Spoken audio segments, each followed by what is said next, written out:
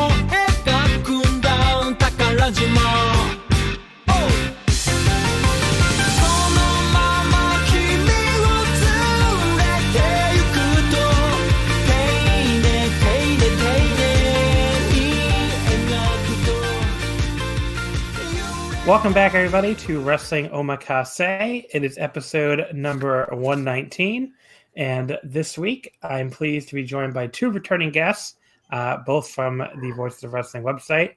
First of all, on his third straight week, hello, Taylor. Are you getting sick of me yet? Hi, no, and actually it's a extra exciting week because I believe that this is my 20th appearance on this podcast.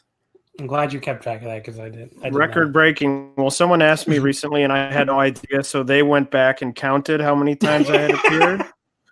So did all the work for me, which was nice.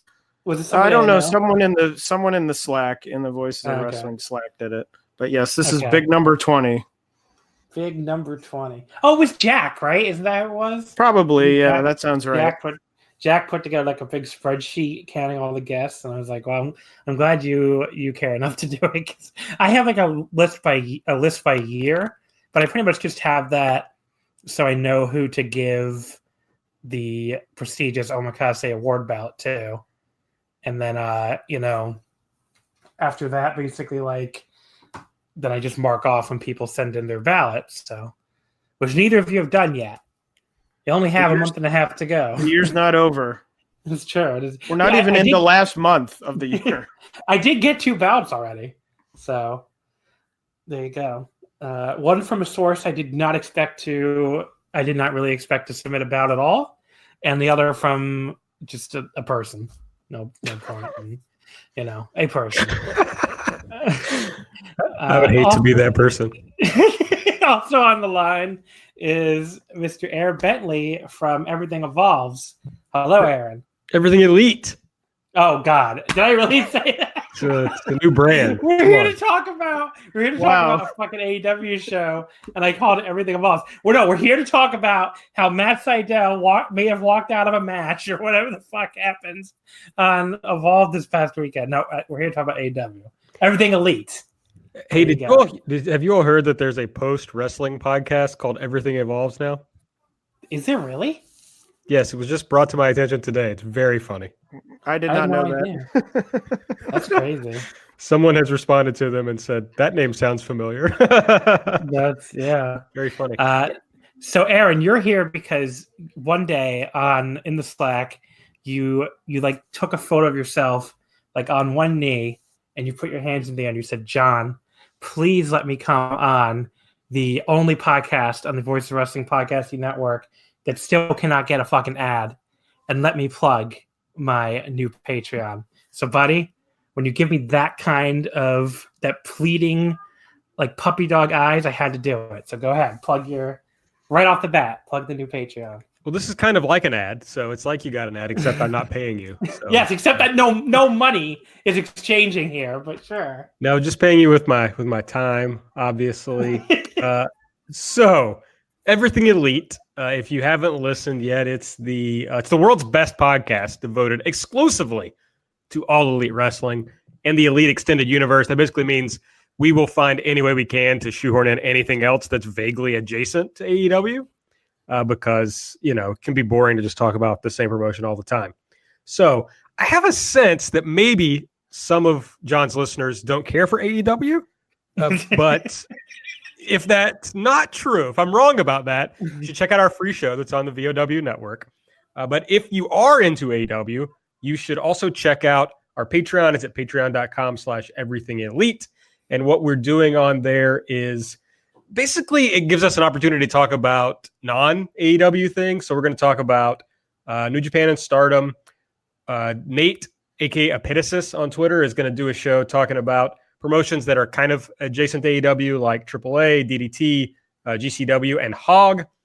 Aaron Taub and myself are going to start doing a show again called The Aarons, and Mike Spears is going to give some OWE content. So plenty of good stuff right now. This is not going to appeal to most of your fan base, I'm sure, but we have a 2-hour podcast featuring Rich Craich talking about the full career of one Cody Rhodes.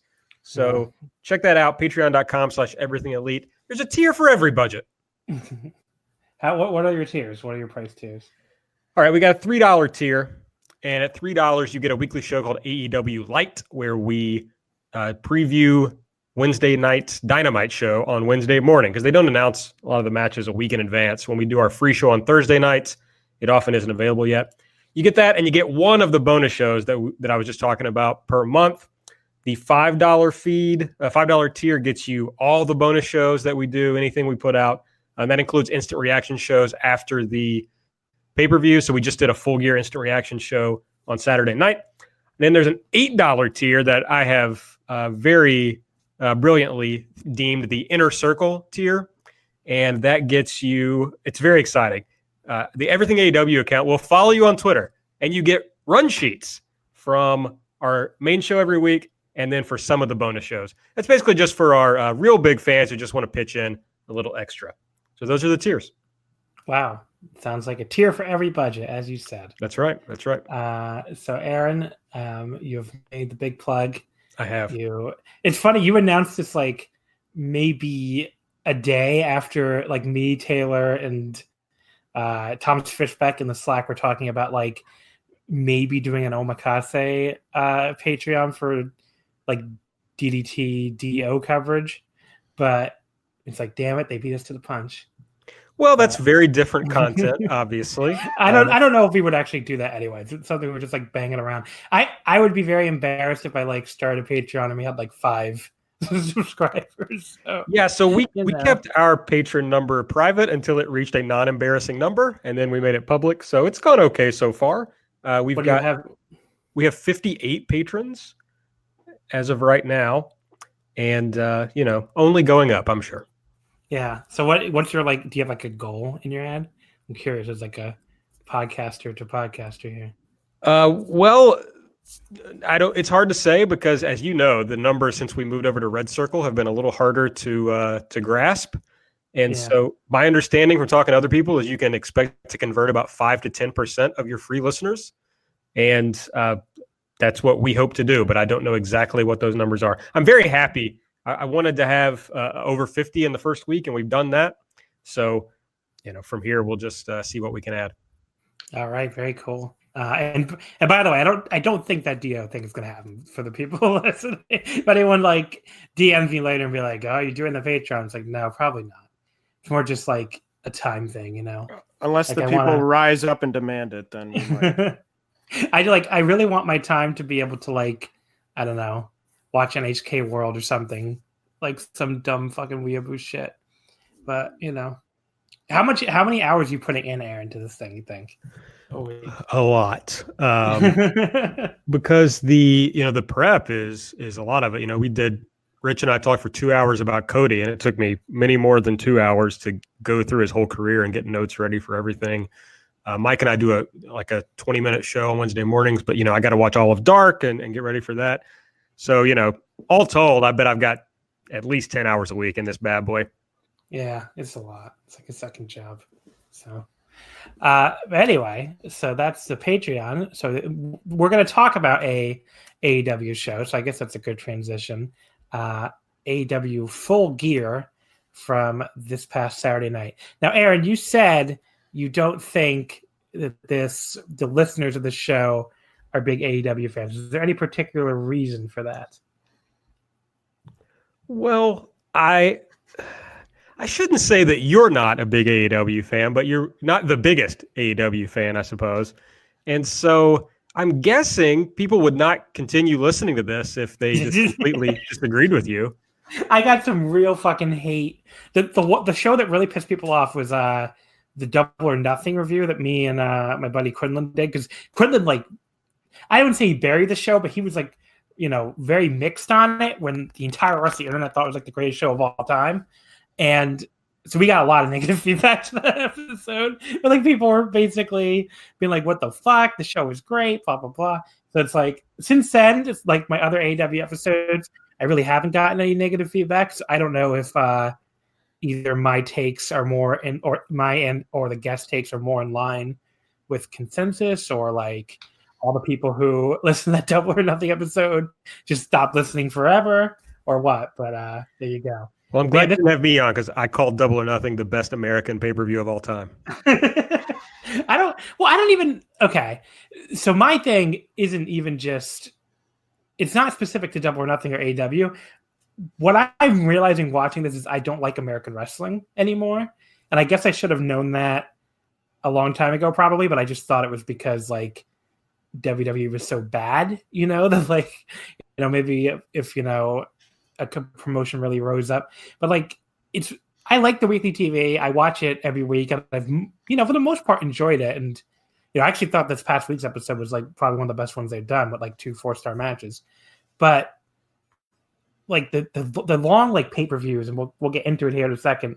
The pay-per-views are rough for me, like the longer events. I find them much more entertaining as like a 2-week television show than I do as like a long pay-per-view, because these shows just feel like very long, and it's like a wrestling style I'm not really that into, other than the Joshi match, and I don't know, like it just grates on me by the end. I'm just like, okay, I'm really ready for this to be over. But maybe that's just me. Maybe no one else feels that way. But the TV, I do a much better job of the TV, which is paced really well. The TV is just like boom, boom, boom, boom, boom, and you'll get like a big long promo that's usually pretty good. And I enjoyed it. Like probably my favorite part of AEW is actually probably the promos so far, which you don't really get on these pay-per-views, obviously. So I don't know I'm sure you disagree with me, everything I just said, Aaron, but. Not really. I also, other than Double or Nothing, I've liked the TV a lot more than the pay-per-views. I think they've been mostly too long, and often there are matches within it that go way too long. Like you pointed out, they really don't have that. They don't have the ability to do that on TV, because they've got to get through all this stuff. So I was very hypercritical of the build to this pay-per-view, and I think that resulted in I still think it was a pretty good show, and I'll talk about, I had 3 matches at 4 stars or better, so that's a pretty good show in my opinion. But there was a lot that left something to be desired. Taylor, what do you think of the show as like a whole, and I guess also the pay-per-view versus TV thing? I agree about the TV versus pay-per-view, although I have like some of the pay-per-views, it's sort of been up and down for me. Like I feel as if I really like one, and then the following one I don't like. Maybe it's the expectation, where my expectation goes up, and then the next one it can't live up to it, so it sort of comes in below, and then I recalibrate my expectation, so the next one I sort of enjoy. And I have really liked the TV. As someone who hasn't really John, I think you're the same. I grew up with WCW. Yeah. I was a WCW watcher, which obviously ended, in the early 2000s. And I never really caught on to watching Raw on a weekly basis. I'd hear about something XYZ, and I might, I remember when Nexus happened. I tuned in the next week, and I just found the show horrible. And so I would stop watching. Where I would hear something, I would tune in maybe a week or two, and then I'd fall off. Where I found I really enjoy, even, I like what's going on. I like the matches, the promos and everything, but I also like the rhythm of being like, oh, it's Wednesday and it's time to, watch the show again. So I've really enjoyed sort of being a weekly wrestling television watcher, which I've never done or haven't done certainly in my adult life. For probably at least 20 years. So yeah. I was going to say, the last show that I watched weekly for a long time was probably Impact. Thinking about it, like as far as like for long, like for years, it was Yeah, probably actually, Impact. that's probably true. Although I was sort of same in and out. Although that was more like I'd watch a couple weeks and then I might miss some weeks and then I'd be back again. Or, Yeah. I'd watch it on, later or whatever. But this is sort of more like, this is the one that's been, I think I missed one episode, but it's been pretty appointment for me, where I've tried to catch it live whenever I can, which I really don't do with anything else. Yeah. So at the sort of the low base of it is I'm having a good time watching, even if, I think this pay-per-view, I had sort of a weird feeling about it where I was with Aaron, where I had actually quite a few matches I enjoyed, but the show sort of ended and I felt like the show wasn't good, even though looking back, I thought highly of a bunch of matches, which is sort of strange and I can't really explain, but maybe going through the match, individual matches will maybe clarify, my end feeling of more negativity than I would have imagined. Yeah, I mean, I didn't have anything that hit 4 stars in this show, and that again could just be my own personal taste with the wrestling style. Like there were a couple matches that were very close. Like in the last 3 matches, kind of saved it for me, but before that, I wouldn't call this a great show. And the crowd, of course, really hurt it. I think that's pretty. Even people who said they loved the show would admit, like, the crowd just wasn't. I don't know. Like they claim that the crowd was loud, but just not it wasn't mic'd well or something. But I'm not really sure if that's I don't know how true that is. In other words, because like if they can mic the crowd every week on TV, what the fuck is the difference in just for the fucking pay-per-view? Yeah, I kind of doubt the veracity of that, to be honest. Like, I don't know. I think you can tell when a crowd isn't into it, and this crowd was not as into it as the TV crowd has been, or the previous pay-per-view crowd. So they're telling me that they forgot between the last show and this show how to mic the crowd? Yeah, it is really weird. But I had like basically a I guess give him a shout out. A silent flute on Twitter. That's his @ He was at the show and he offered to like give me some some live notes, and they were interesting. And he didn't mention the crowd being like down. So I think it sounded louder in the building to people, because I heard that from a few people. But like not so much like. No, he didn't say it was like the hottest crowd he's ever been in or anything. Which I think if you asked a lot of people for the TV so far and for like Double or Nothing or All Out, they might tell you that was like the hottest crowd they've ever been in. I mean, you were what? You were at All Out, right, Aaron? Yes, I was. So, I mean, was that, how did that crowd, because you were also at All In the year before or no? You were, I think. Yeah, I was at All In. I saw you then. So how did the crowd compare the 2 years? Well, the All In crowd is a different thing because it was like the first time. And so I think the people were nuts. I mean, I just remember when SCU came out at All In, like it's the very first thing that happened. And I just was blown away by how crazy the crowd went for SCU of all things. And so the All In crowd was better, but All Out was still, I mean, it was nuts. I mean, especially when like Cody came out, the crowd was crazy for Cody. I did realize at All Out that like Pac wasn't as big of a star as maybe I thought he was coming off his WWE run. But for all the people who were already over, it was a loud crowd. I do want to mention too, maybe my favorite note from the Asylum Flute guy that sent me all this stuff from being in the building. He said there was still like a shit ton of Bullet Club shirts, which I just find kind of funny. I guess nobody bothered to get those new Elite shirts, which I have to say are not that cool looking. I don't know. I mean, like I get even though I would not really wear a Bullet Club shirt, I get the aesthetic appeal of a Bullet Club shirt. Whereas all those new like Elite shirts they did afterwards, I don't know, they look kind of like try hard or something. But I don't know. Do you disagree? Anyone disagree? Anyone want to speak up for Elite merch? None of the AEW merch is good except the Rio shirt. Yes. So there you go. So let's talk about Full Gear. It started with the buy-in, where Dr. Britt Baker, DMD, did you know she's a dentist, defeated Bea Priestley by submission with the lock jaw in 11:28. If you told me this match actually went 11 hours and 28 minutes, I would probably believe you. This felt fucking just endless. Terrible mat wrestling, very boring. B used about 1 million rest holds, which in hindsight was probably good because it was the only thing that didn't fuck up. Britt Baker at one point hit the worst clothesline in wrestling history, and then they fucked up like a cutter or a stutter or something where they just completely messed it up. So I gave it 1 star because at one point there was a dive to the floor that was fine.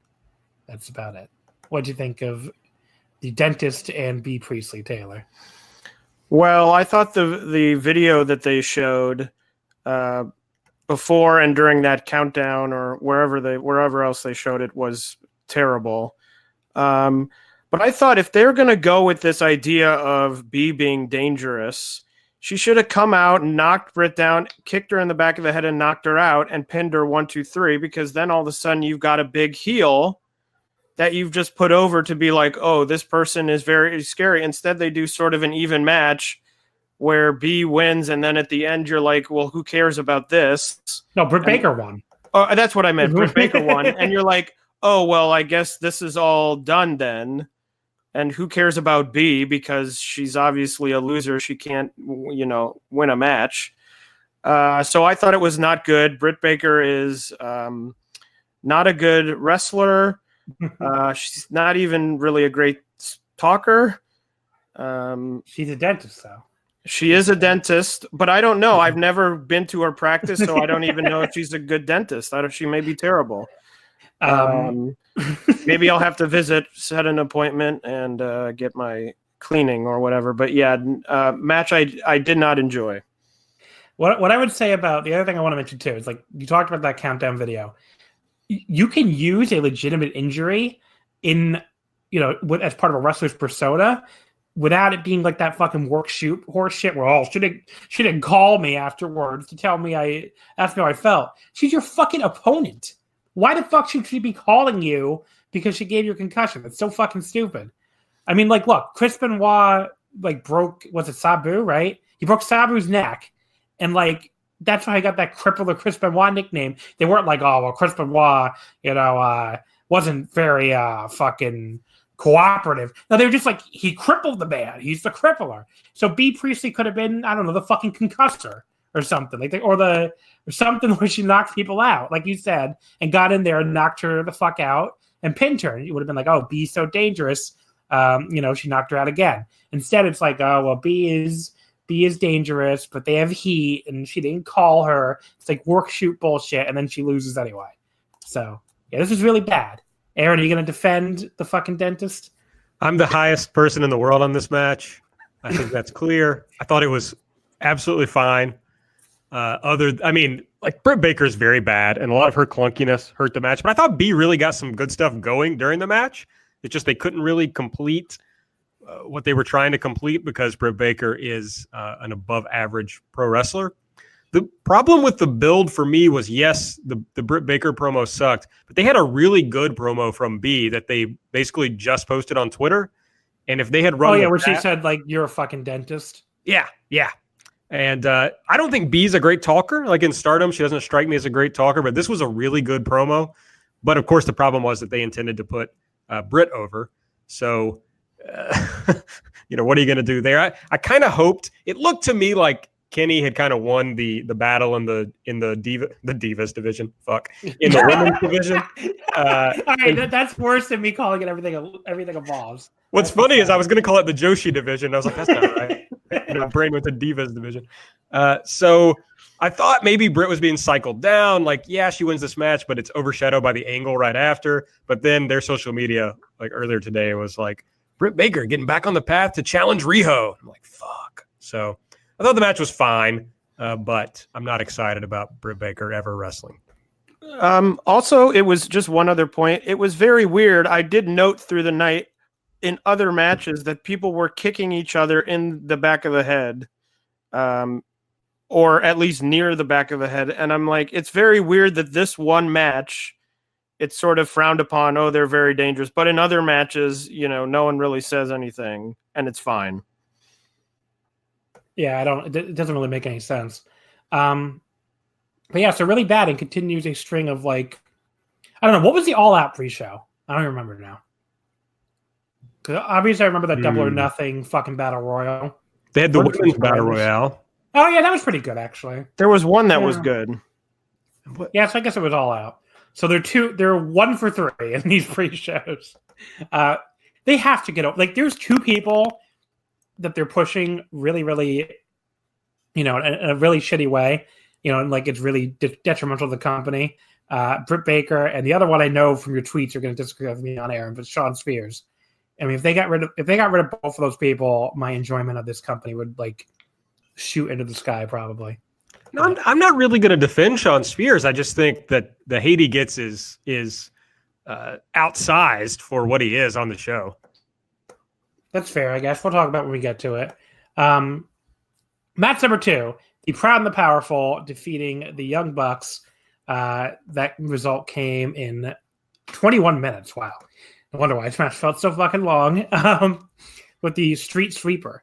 So why don't you start here, Aaron? What do you think of the Proud and the Powerful and the Bucks? This is the first match I had at 4 stars on this card. I know that you and others hated it. I thought it was excellent. I loved, especially once they got into the story of Nick hurting his leg by kicking the ring post. His selling after that I thought was excellent when he tries to jump up on the rope and falls down. That's extremely my shit. If anybody gets hurt in a match and then they sell by trying to complete a move but failing to do it because of the injury, I will up that by at least 1 star.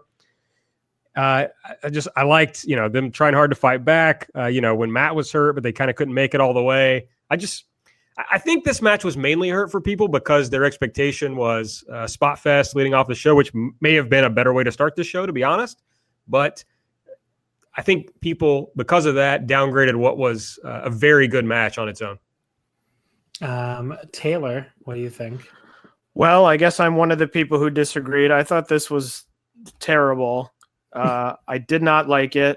I was so confused at the beginning with the stuff with tagging the foot, and I didn't understand what the point was. I thought, it's going to lead to something later in the match where someone does something and it's a callback to this, you can't tag a foot or whatever. But unless I totally missed something, it didn't. And I have to say that I probably like the Bucks at least more than John does. But it's funny that they sort of figured out this formula of, one of us gets injured during the match about 2 years ago? Yeah. Or so in those Roppongi 3K matches. And now it seems like every time they have to lose, it's always like, they lost to Private Party in the tag tournament, and that was totally clean, and it was great. It got over Private Party. That was really great.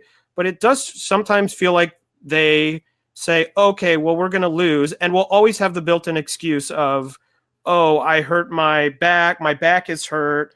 I kicked the, ring post. My leg is hurt. I mean, that back thing that whichever one, I don't even remember which Buck had it. It was Matt. I mean, they did it in matches for about 7 months where every time they lost, it was like, well, he's got that bad back. And I do sometimes wish that they could just, it's like, well, we were beat by a better team, which they did for Private Party, which is good. But it just feels like a pattern that they figured something out that people liked. And now they just want to keep going back and back and back to it. And also, I just thought 21 minutes was so incredibly long. So I didn't enjoy it. I'm definitely with you. I went 2 1/4. I gave it a little bit of I gave a little credit for some nice spots, I guess. And Nick selling, I don't know. It was Nick sold it like really over the top, which, that can work, but then he like blew it off at the end. So I'm like, if you're going to sell like your fucking leg has been shot, you can't then be running around doing all these fucking spots at the end. That kills it for me. Like, either pick one, like sell a little bit and then run at the end, or fucking sell like you're dead and then stay dead. Don't just recover and have your leg be fine. So whatever. I know people think that's nitpicky, but that, it does bother me. It's like at one point he just threw like a million perfect kicks in a row, and then all of a sudden was like, "Oh yeah, my leg!" So I'm like, okay. But yeah, it was long. It was boring in spots. It just wasn't very good, and especially I think it might have set a bad tone for the crowd. As far as like being invested in the rest of the show, and like Aaron even admitted it, even though he liked the match, I think it just wasn't what people were expecting from this. I think people were expecting like a 10-minute sprint, which I think would have gone over a lot better. And this could be a case where which I do think, this narrative has some merit with AEW. Like, freedom is great and creative freedom is awesome, but like that's gonna result in a more uneven product. Like maybe if this happens in New Japan, if the Bucks are still there, they get told by Gato to go out there and give a fucking 12-minute sprint in the opener, and that's what they do, and the show gets off to a fast-paced start. Here it's like, well, we're the fucking EVPs, this is a match we want to do, and we're going to get 21 minutes, and it just wasn't the right spot for a 21-minute slow-paced match with these two teams especially. So anyway, that's match number 2. Match number 3, Hangman Adam Page defeating Pac. He beat him with the Dead Eye that went 1853. Taylor, why don't you start this time? I don't have too many specifics about this one. I liked it. I thought it was I was probably weirdly like more than 3.5 stars, but less than 3 3/4 stars. I was sort of in that range where I thought it was good. I didn't think it was anything blow away. I just think it was Pac. I really enjoy watching him. I think he's obviously been great in Dragon Gate this year. He's done some great stuff in AEW. So I thought it was a solid match. I thought it was in a good place on the card where it didn't really try and go out and blow everyone away in the second spot. So I enjoyed it, but I don't have too many specific either positives or negatives about it. You wouldn't even give it a star rating? So what's in between 1/2 and 3/4? Sorry, I didn't. 3 and 5/8. Sure, Aaron. This is the second match I had 4 stars on the show. I told you earlier that there's only 3, so now we're going to be waiting a while before we get to another one. But I thought this was excellent. I think Pac's matches generally kind of struggle when he's on top. I think he can be a little boring in his offense. It's just like plotting. I don't know if it's boring, but it's definitely plotting. But this is another step in the rebuilding of Adam Page. He was, dead at that at the All Out main event against Jericho, and it looked like they might have to try something completely new with him. But they stayed the course, and it seems like they've made their way back to making this guy a star. He's at least on its way. So I thought it was really good. It did what it was supposed to do.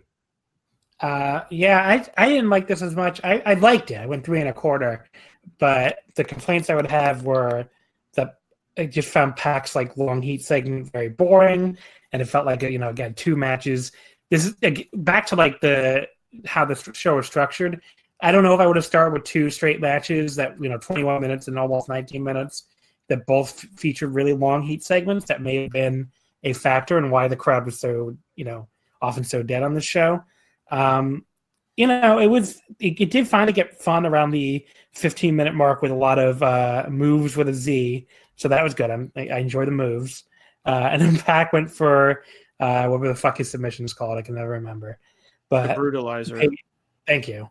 And Page made the ropes at that point, and then he fired up and hit the Deadeye. It did feel like a satisfying victory for him. It felt like a victory he needed. So that stuff is good. The booking of AEW, maybe it's not always been great to me so far, and that I did think it was important for him to win here. So all that's good. I just thought it went a little too long, and the heat stuff is a little boring. So 3 1/4 for me. Still a good match though. Not to harp on this because this is sort of preaching to the choir, as everyone knows, but a big time example of a terrible JR match. What did he do? I don't remember. Page did a dive, and he immediately goes, "Oh, he should be doing the ground and pound only." And I was like, ugh. Match number. I keep doing this, counting the fucking buy-in match. So I'm gonna stop doing that. Really, match number 3. Shawn Spears beating Joey Janela in 11:42 with a running Death Valley driver after he and Tully hit a spike pile driver on the floor. Fucking 10 guy sucks. This match felt like it went again like a very long time, even though it only went 12 minutes. I was very bored while Shawn Spears tied this man in a fucking tag rope. It's always good when I have a note here that just says this match has to end in all caps. So probably wasn't enjoying myself. And then 10 guy won. 1.5 stars. I did not like it. And afterwards, we have Kip Sabian and Penelope Ford taunting Joey Janela because God knows if we're missing anything in this company, it is a cuck storyline. So there you go. There's your cuck story. Aaron, what'd you think of Shawn Spears, Mr. 10 Guy, and Joey Janela here? This was not a good match. There's no doubt about that. My take on it is Janela is just not a major league wrestler at this point. Doesn't look like a major league wrestler. He's not as over as he is on the Indies, for example. He just doesn't feel like a major league wrestler. So to me, in this match, Shawn Spears is a competent wrestler. He's fine. He's had some decent matches in the past. So to me, I would rather have him beat Joey Janela here and let Joey Janela either put on a T-shirt or get in the gym for a little bit and come back and try again. But this was fine. I agree it was way too long, but I just can't get worked up about the finish because Spears is fine and Janela looks terrible. Taylor? Wow. Okay. I guess my hot take is that if Shawn Spears did not know Cody, he would be on NWA Power right now. Oh, yeah. Tagging with Aaron, whatever his name, Aaron Rex or whatever he goes by now. I also did not enjoy the match. Sort of as a side note, I hate assisted slam moves because I never really understand the principle behind them, especially when you have a, however old he is, 65-year-old man. Oh, here, I'll jump up and really press his legs down, as if that's, the deadliest of offense here. But yeah, I just, I like Janela. I think he hasn't really been put in a great spot to shine. I mean, his one sort of great match was on Dark. It was seen by a lot of people, but really not really followed up on. I like the Kenny Janela Dynamite match a lot. Maybe I'm the only one who did, but I thought that was like a 3 3/4 star match. No, that match ruled. I would have to go back and remember what I gave it, but so I like Janela more than Aaron does, but I just thought it wasn't a good match, and I think that Shawn Spears is best probably at the very bottom of a card. Like if you're going to introduce someone, to give them to him first and for him to lose, because I don't really see much else with him. I mean, I find him to be like actively bad, which is why I can't really agree with Aaron's take. Like I don't, he has a look. That's really all he has. And like, I don't find him particularly charismatic. I don't think he's very good on the mic.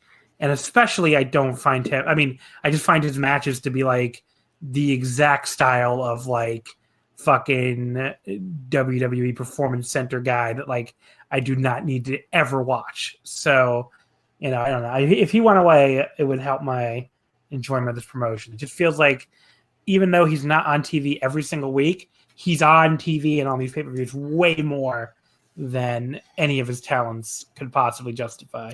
Like, I think I had my exact tweet on Twitter was like, Cody pushing himself is actually an appropriate degree, but his real crime as Booker is pushing Shawn Spears. So that's how I feel. I guess I just think that if he's in the ring with a guy who's a better worker than he is, he can have a good match. But putting he and Janela together, I think, was just a bad idea. And I don't hate Janela. Janela's done plenty of stuff that I like. I just don't think when I'm watching him on this big time, it's supposed to be this big time company and their pay-per-view, he stands out as not fitting in my opinion. Okay. I think Fears is the one who really stands out as bad, but either way. Match number 4, the triple threat match for the AEW Tag Team Championship. FCU defeating Lucha Brothers and Private Party after they hit a combination gory special knee strike on Isaiah Cassidy. I'm probably pronouncing that wrong. Sorry. I started pronouncing it like you would pronounce it in Japanese, which is very bad, but that's, I guess, what I'm used to sounding out now. But yeah, this went 13:07, which was like shorter than I was expecting. What did you think of it overall, Aaron? I just really hate this style of match. It just bores me to tears. And this one in particular, it was very disjointed at the beginning. And once it started to pick up, I was so just disconnected from it that I didn't care. I wasn't invested in it in any way. So I just didn't like it at all. Taylor? I actually did like it. I went 3 3/4, which probably is on the high end of probably everyone who watched the pay-per-view. I just sort of enjoyed it. I thought it was a lot of action. Maybe it was coming after a match that, I thought was really a downer. And actually 3 matches, one that I sort of liked and 2 that I really didn't like, that maybe I was just like, oh, it's people and it's action and it's quick and it's, as you said, only 13 minutes. I enjoyed it. I could see where people who enjoyed it less than me probably would enjoy it less than me, but I liked it for what it was. I guess I'm probably right in between the two of you. I went 3 stars on it. It was like really sloppy and flat for a while, and the crowd not caring at all really hurt it. But like the dives finally woke the crowd up, and by the time it was over, I was like, that was kind of fun. It just wasn't, it wasn't long enough where the end that was good was enough to make up for the more boring parts. So 3 stars. It was fine. Not anything better than fun. It was pretty good. The AEW Women's Championship, Riho defeating Emi Sakura with a swinging roll-up in 13:19. Aaron, why don't we start with you again here? Because I know you... Well, this actually... You didn't actually like this match as much as other people, I think. So go ahead. And yours are the Joshi Bowl, but... Yes, that's true. I am a member of the Riho Protection Squad, so I will defend her at all costs. But this match wasn't as good as I wanted it to be. Now, I went 3.5, so I thought it was good, very good even. But I don't know. Really, I thought Emi Sakura was the problem in the match. I mean, she never kind of did the controlled, consistent heat segment that she needed to get the crowd really behind Riho. It was a lot of fits and starts and her trying to do her Freddie Mercury stuff, which is fun, but maybe this wasn't the right place for it. It was like when the crowd did get going, it was all just based on the sheer star power of Riho and her comebacks. So it just didn't grab me emotionally as much as I wanted it to after the whole Emi crying at the beginning, which definitely grabbed me emotionally. But it was fun that Riho countered the way that Emi beat her on TV to win the match. And it left open the possibility of a rematch down the road. So all in all, pretty good. Taylor? I really liked the match. I went 4 stars. I think it was partially hampered by the fact that they seemed to be very lax in the build. I mean, the company, not Riho and Emi. They had that video package right before the match that I guess they must have filmed 5 minutes before the match, or else they probably should have shown it at any other point in time to build up the match. And I also felt that, I like Emi, but I felt that it was sort of a weird spot for her where she wanted to be cheered, but she probably should have been more of the heel in the match, which she sometimes was, but then she does this sort of queen audience call and response chants, which I think sort of confused the audience, and the audience was already sort of a lame duck audience as it was. And it also had the tough task of living up to a match that had just happened a few months before that I think had bigger stakes, although this was a title match. The Riho farewell match in Gotta Move, which I loved. I think I went either 4.25 or 4.5 on that. But I thought they still really did some great work in the ring. I mean, the reversal segment close to the end I thought was really, really great. So I really enjoyed it. Maybe I'm a little bit nicer to these matches because it's people I really like and it's a style I really like. But as I said, I went 4 stars and I thought, maybe the best match of the night, actually. So I went 3 3/4. This is one of the 2 matches I had that was really close to 4. I just couldn't quite get there. And a lot of it is what Aaron said, that I just didn't think it had a coherent enough story. I didn't think Emmy worked enough as the heel. When the best parts of the match were when she was like working as the big bully, but she didn't really seem to want to do it that much. So that did hurt it for me. But at the same time, Riho nearly murdered her with that double stomp to the apron. That was fucking awesome. Emmy hit like a sick backdrop driver at one point. So there was some really cool stuff. And I thought the match overall was really good. But the lack of structure to it maybe, and also just the crowd fucking sucking in general, not just for this match, but just all night long, probably hurt it. But I did like the, maybe I would have gone for, even if the flash pin reversal sequence, had been a little smoother, but at the very end, like it kind of went a little awry. So that might have been a factor too. But yeah, 3 3/4, still really good match. I think probably the best thing on this show as well. Up next, the AEW World Championship. Chris Jericho defeating Cody in 28-38 when MJF, of course, threw in the towel. All right, Taylor, you can start this time. What did you think of Jericho and Cody?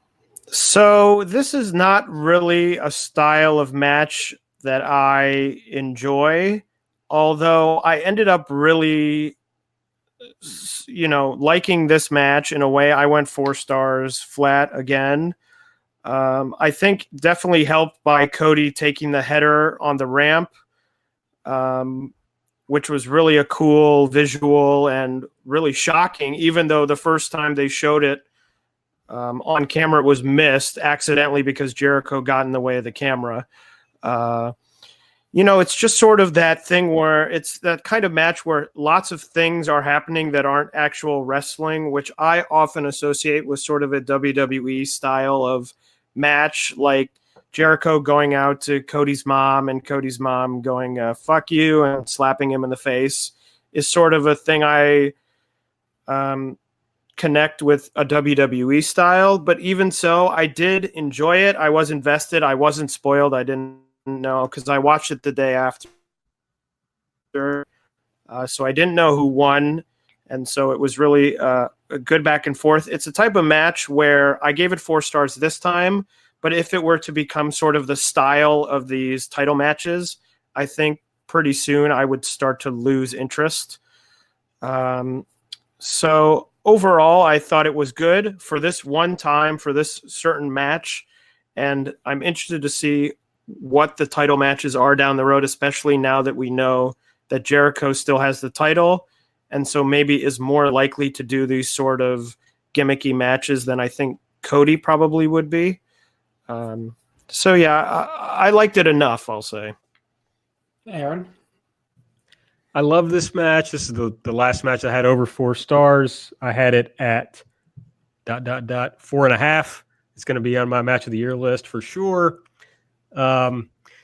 I hear what you're saying, Taylor, that it has that WWE feel and that sort of thing, but I really think that's more, 1980s Jim Crockett than it is WWE. I think WWE has done that and done it poorly, but if you are a fan of, 80s wrestling, especially in the southern part of the country, then this is right up your alley. And I am a fan of that type of wrestling. And more importantly, I think is that I go into this match. It's bizarre having really not cared about him whatsoever when he was in WWE, but I go into this match as a huge fan of Cody. Generally, I root for him to win, like the same way that I get excited about, Momo Watanabe and her matches, and I root for her to win. I root for Cody to win. And so the tension of that in this match was good for me. I thought Jericho played his part very well. The mom thing I thought was funny, and absolutely it was helped by the botched fall out onto the ramp where he gashed himself. That helped and made it seem a lot more urgent. And the angle at the end, I mean, I thought the towel throw-in was pretty good. I enjoyed that. The angle that came later, I enjoyed much less. But if you don't count that, if you move on from that, I thought this was an excellent match. Yeah, so I went 3.5. It was one of these, like Taylor's saying, I guess it was a match I could tell was good in a vacuum and a style I don't really care for. So there's not really much else to say about it. I mean, there's nothing I found wrong with it, except it's just not really my favorite type of match. I mean, I don't know, like Cody Dustin, which I went 4.5 on, even though that probably is the same kind of style, that had like a really special feeling or something to it that I don't think this quite had. Maybe it was like the brother battle. Maybe Dustin Rhodes is still just that good. But like this, like, I don't know, parts are just really dragged. 29 minutes is a long time for, a lot of types of matches, but especially, this type for me. And I don't know, like it wasn't bad. It definitely, I definitely didn't regret watching it, but it definitely felt like by the end of it, it's like, okay, this is a match I would never in like a trillion years even think of going back and watching again. So if that's the case, there's no way I can really see myself going higher than 3.5. The MJF turn. What did you think of the fact that, I think you kind of alluded to this, but what did you think of the fact that MJF turned heel right after this match on Cody? I thought it sucked. I mean, if you just started watching the promotion, like when TV started, this would feel like very quick.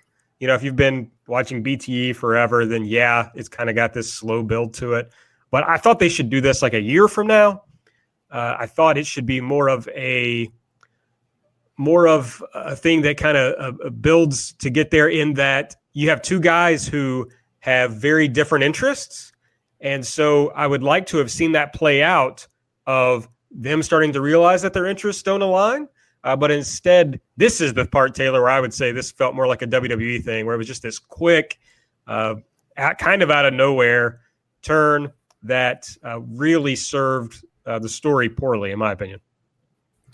Yeah, I totally agree with that. But like turn, when he threw the towel in, I didn't have a problem with that, because I'm like, okay, well, you could do something with this where it's like, the entire time everybody's like, did he throw the towel in on purpose to hurt Cody? They do it because he's his friend. I thought that was going to be like months of that.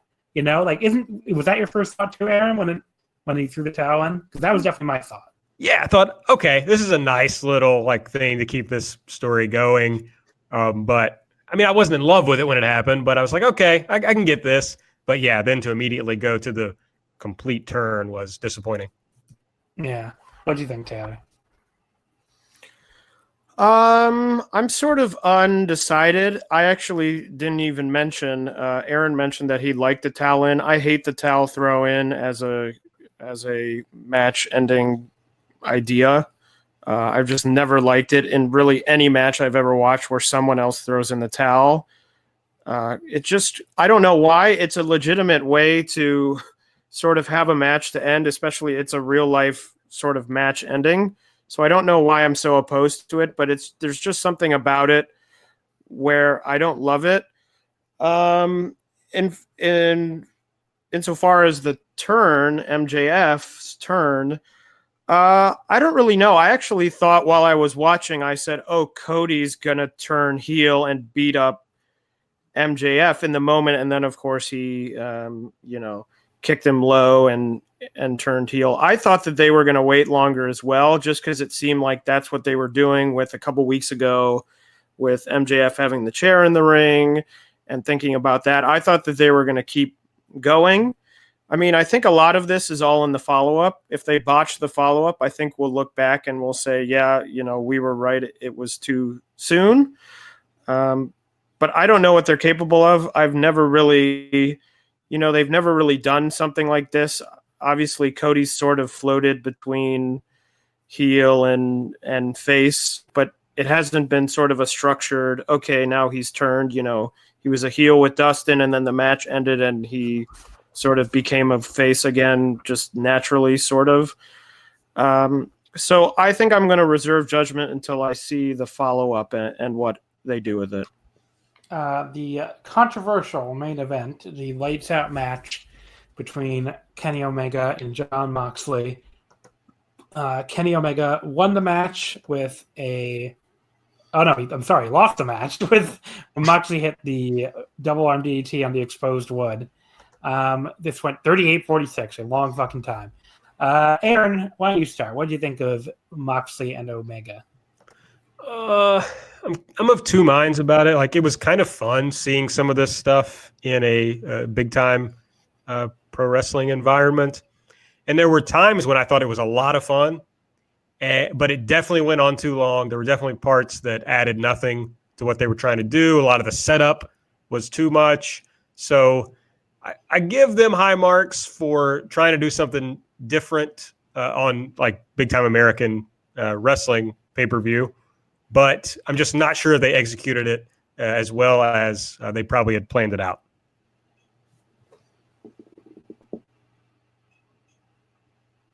Taylor, what did you think? So I actually really liked it. Actually, looking back at my notes, I gave it 4 1/4. So I guess this would be my match of the night. I liked a lot, many parts of it. I have, a lot of memories, the Phoenix Splash on the, canvas, them going through that logo light or whatever you would call that. It did have the issue that a lot of American, hardcore matches or death matches or whatever you want to call it have, which is, it seems like there's so much setup occurring. I watch a good amount of, Big Japan or Freedoms or things like that, these big sort of very brutal death matches. And I think one thing that's often underestimated, for example, in a match with light tubes, the light tubes are hung on the ropes. So if you need a light tube, you don't have to go look under the ring. You don't have to go to another corner of the, arena to set something up and have something fall off. Although sometimes they do go out of the ring to get a ladder or a chair or whatever. It's right there. So there isn't this weird downtime of, hey, now we happen to be journeying up the ramp to this other area where, we're going to set up this barbed wire spider web. That's the sort of thing that sometimes makes me roll my eyes a little bit. And it makes the match to me feel very disjointed because it just feels like sort of a tour of different spots that they've thought up, that they said, oh, wouldn't it be cool if we, had a spider web of barbed wire? Oh, that would be cool. And we could go over here and fall into it and then we'll lie in the barbed wire. I mean, I didn't like the Kenny being like, Bucks, go get the barbed wire, and they're like, no, we don't want to. I'm like, it's so cheesy. It's so cheesy to me. I'm like, just go get the barbed wire. So to me, there were positives and negatives to the match. I think, as I said, 4 1/4. So the positives outweighed the negatives, but I think doing that sort of American style will always hold a match like this back from being better in my eyes. So I went 3 3/4 on this. I did really like it. The problems I had with it were a lot of stuff you laid out, that they took forever to set some stuff up. There was a lot of stuff in the middle of the match that just did not need to be there. And again, I've complained a lot about match time on this show, and maybe I can definitely see somebody being like, well, you watch New Japan all the time, we don't care about that. But it's like, well, New Japan main events are very long. They usually don't have, I don't know, maybe I'm wrong on it. They usually don't have like 4 matches that are like 20 minutes or more. Sometimes maybe in the G1, but not really that often, I feel like. And maybe on like really, really big shows. But like, I don't know, like on a more, well, maybe I'm thinking of it wrong. Like a quarterly pay-per-view should be a big show, but like, and I guess also like the New Japan style doesn't annoy me when it goes like 35 minutes. This, it just felt like there was so much crap that could have taken out of here, like that long fucking thing with the chain that like didn't get over at all. First of all, like the crowd didn't give a fuck about Moxley and Omega and the chain, which they were actually into a lot of this match, but they didn't seem to give a shit about the chain stuff at all. So you could have cut all that out. The fucking mousetrap board, I mean, that took forever to like get out from underneath the ring, and it didn't really add anything. So I would have cut that out too. Pretty much, you take out all the chain stuff and the mousetrap board. I think this would have been a way better match. There was also an element to it of like, baby's first death match, which is like, people on Twitter really did not like hearing that critique of the match. Like, they would freak the fuck out, like, oh, we don't care how many times you've seen death matches, you virgins. But it's like, if you've seen other death matches and they're better than this one, like that's like just a normal critique. It's like if I've seen a lot of a movie in a certain genre and I see a new hyped movie in that genre, I'm going to compare it to the other movies I've seen in the same genre. I don't get why that would make somebody a quote unquote virgin.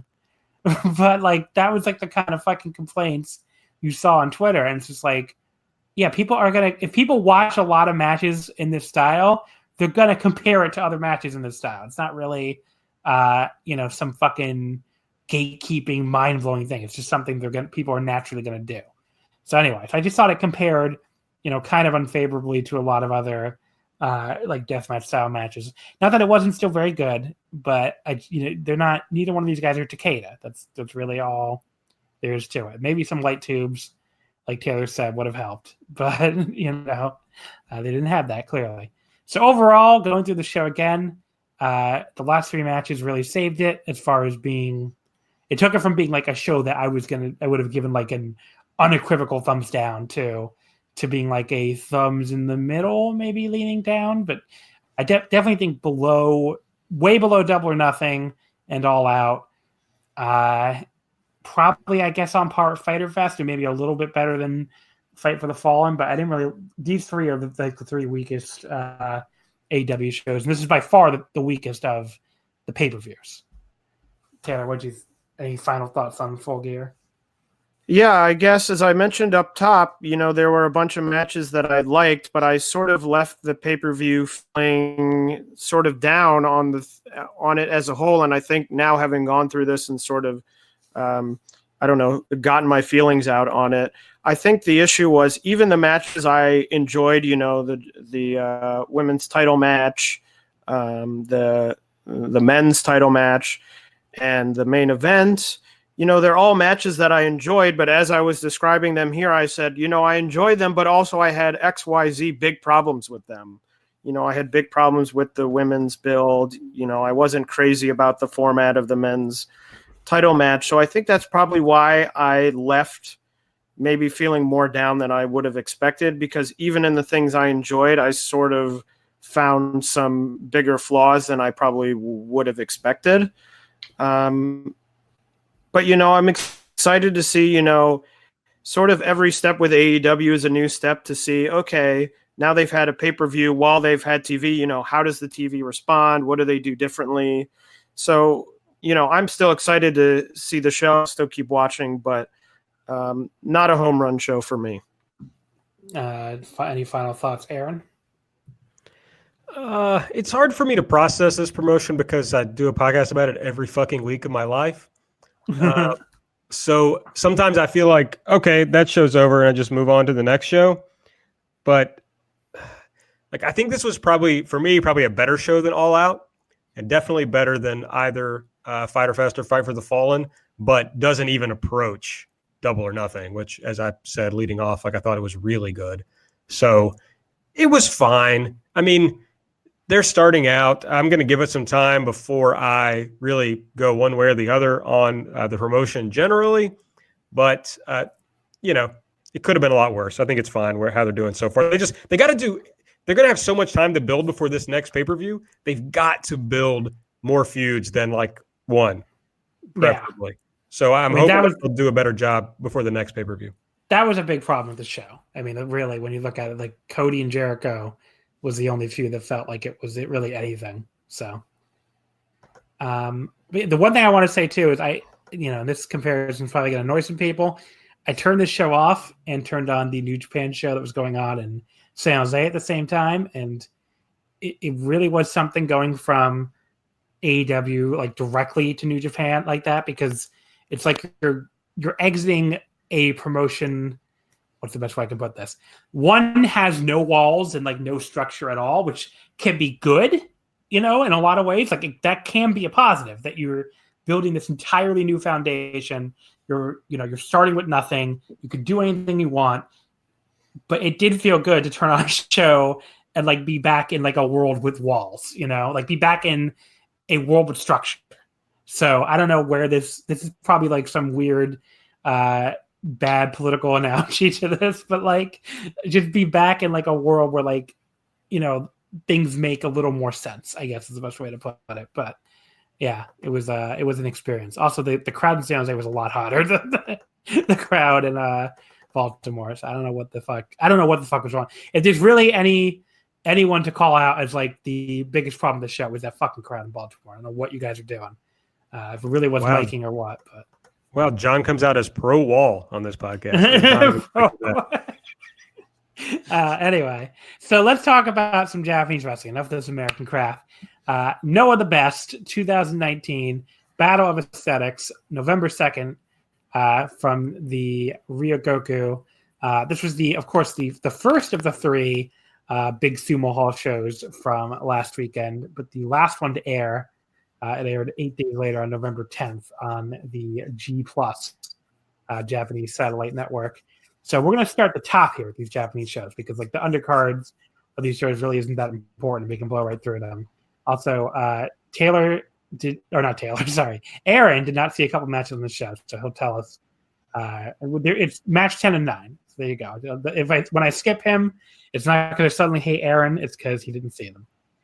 The main event we're going to start with is Kaito Kiyomiya versus Kenoh.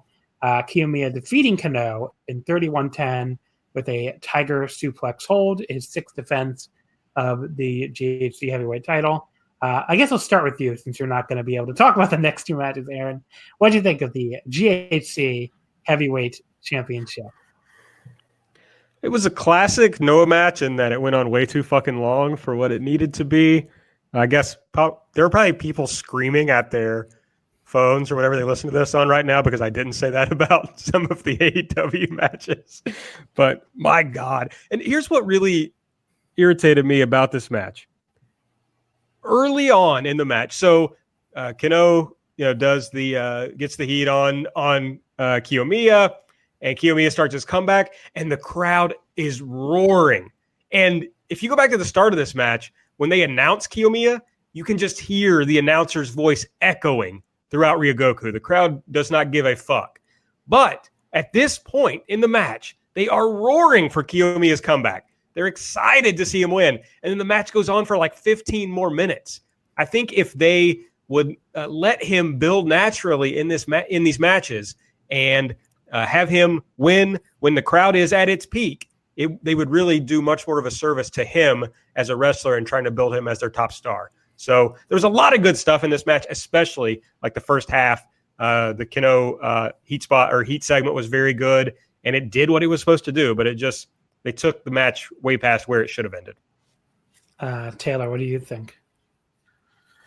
Yeah, I sort of echo those thoughts. I thought it was fairly good. Kiyomiya just does so many things still that I just don't really understand. He's got that Yoshihashi-esque terrible submission that he does, where you sort of just hold the opponent's arms. Don't really understand that. So to me, the last one, or not the last one they had, the one they had 2 times ago, which we of course discussed in the preview, was so good. And I think that, we talked about, well, it's certainly possible that they could have that sort of match again, but I think that sort of match was done at the time when, Kiyomiya was coming back from Excursion. And so I actually think, looking back, that now they couldn't have that match, because that was a match of two people in totally different places, with Kiyomiya obviously still being seen as by many people as sort of this young boy coming back from Excursion. So I thought it was fine. I also thought it went on slightly too long, and I wasn't crazy about it, but so I fell somewhere in the middle. So I liked it a lot more than either one of you. It sounds like I didn't think it was like, I mean, look, they were trying to go for like clearly like an epic, like big show main event match of the year. I don't think they got really particularly close to that level. Like I don't think they really hit that level, but there was still so much good stuff in this match, just a lot of really cool spots. And it did pick up by the time Kenoh like escaped I think it was that shitty fucking butterfly lock you were just talking about. And like he threw this like crazy, really cool kick combo. He rolled an ankle lock really well. And they were like another cool counter where Kiyomiya countered him when he went up for the double stomp by jumping up and drop kicking him in midair, which looked really good. There was a dragon suplex from Kenoh on the apron. There was one point where I really thought, because I was watching this unspoiled, Kenoh was going to win. We hit like 2 top rope double stomps, and this really brutal one, like right to the back of Kiyomiya's neck and head. But then, Kaito still kicked out, of course. And then Kaito, I thought his final comeback where he hit this like super high drop kick right in the face was really good. The only maybe issue I would take with the end of the match is the Tiger suplex hold, if anything, felt like a little, I don't know, felt like a little anticlimactic after everything they had done. Maybe it's just, I don't know if they just maybe Kiyomiya need a little more offense towards the end. It felt like Kenoh killed him forever, which has been a problem with a lot of Kiyomiya title matches where, like, he just was getting destroyed, and like I said, those 2 double stomps look like it really murdered him. He comes back, he hits basically 1 big drop kick, 2 tiger suplexes, and he beats him after all that. It just felt like, okay, sure. So that would be a big complaint. And, the first half of the match did drag a little bit for me, but I liked it enough to go 4 stars flat. I thought it was pretty damn good, but just below the level of the kind of, the epic they were going for. The semifinal was the national title match for the vacant national title.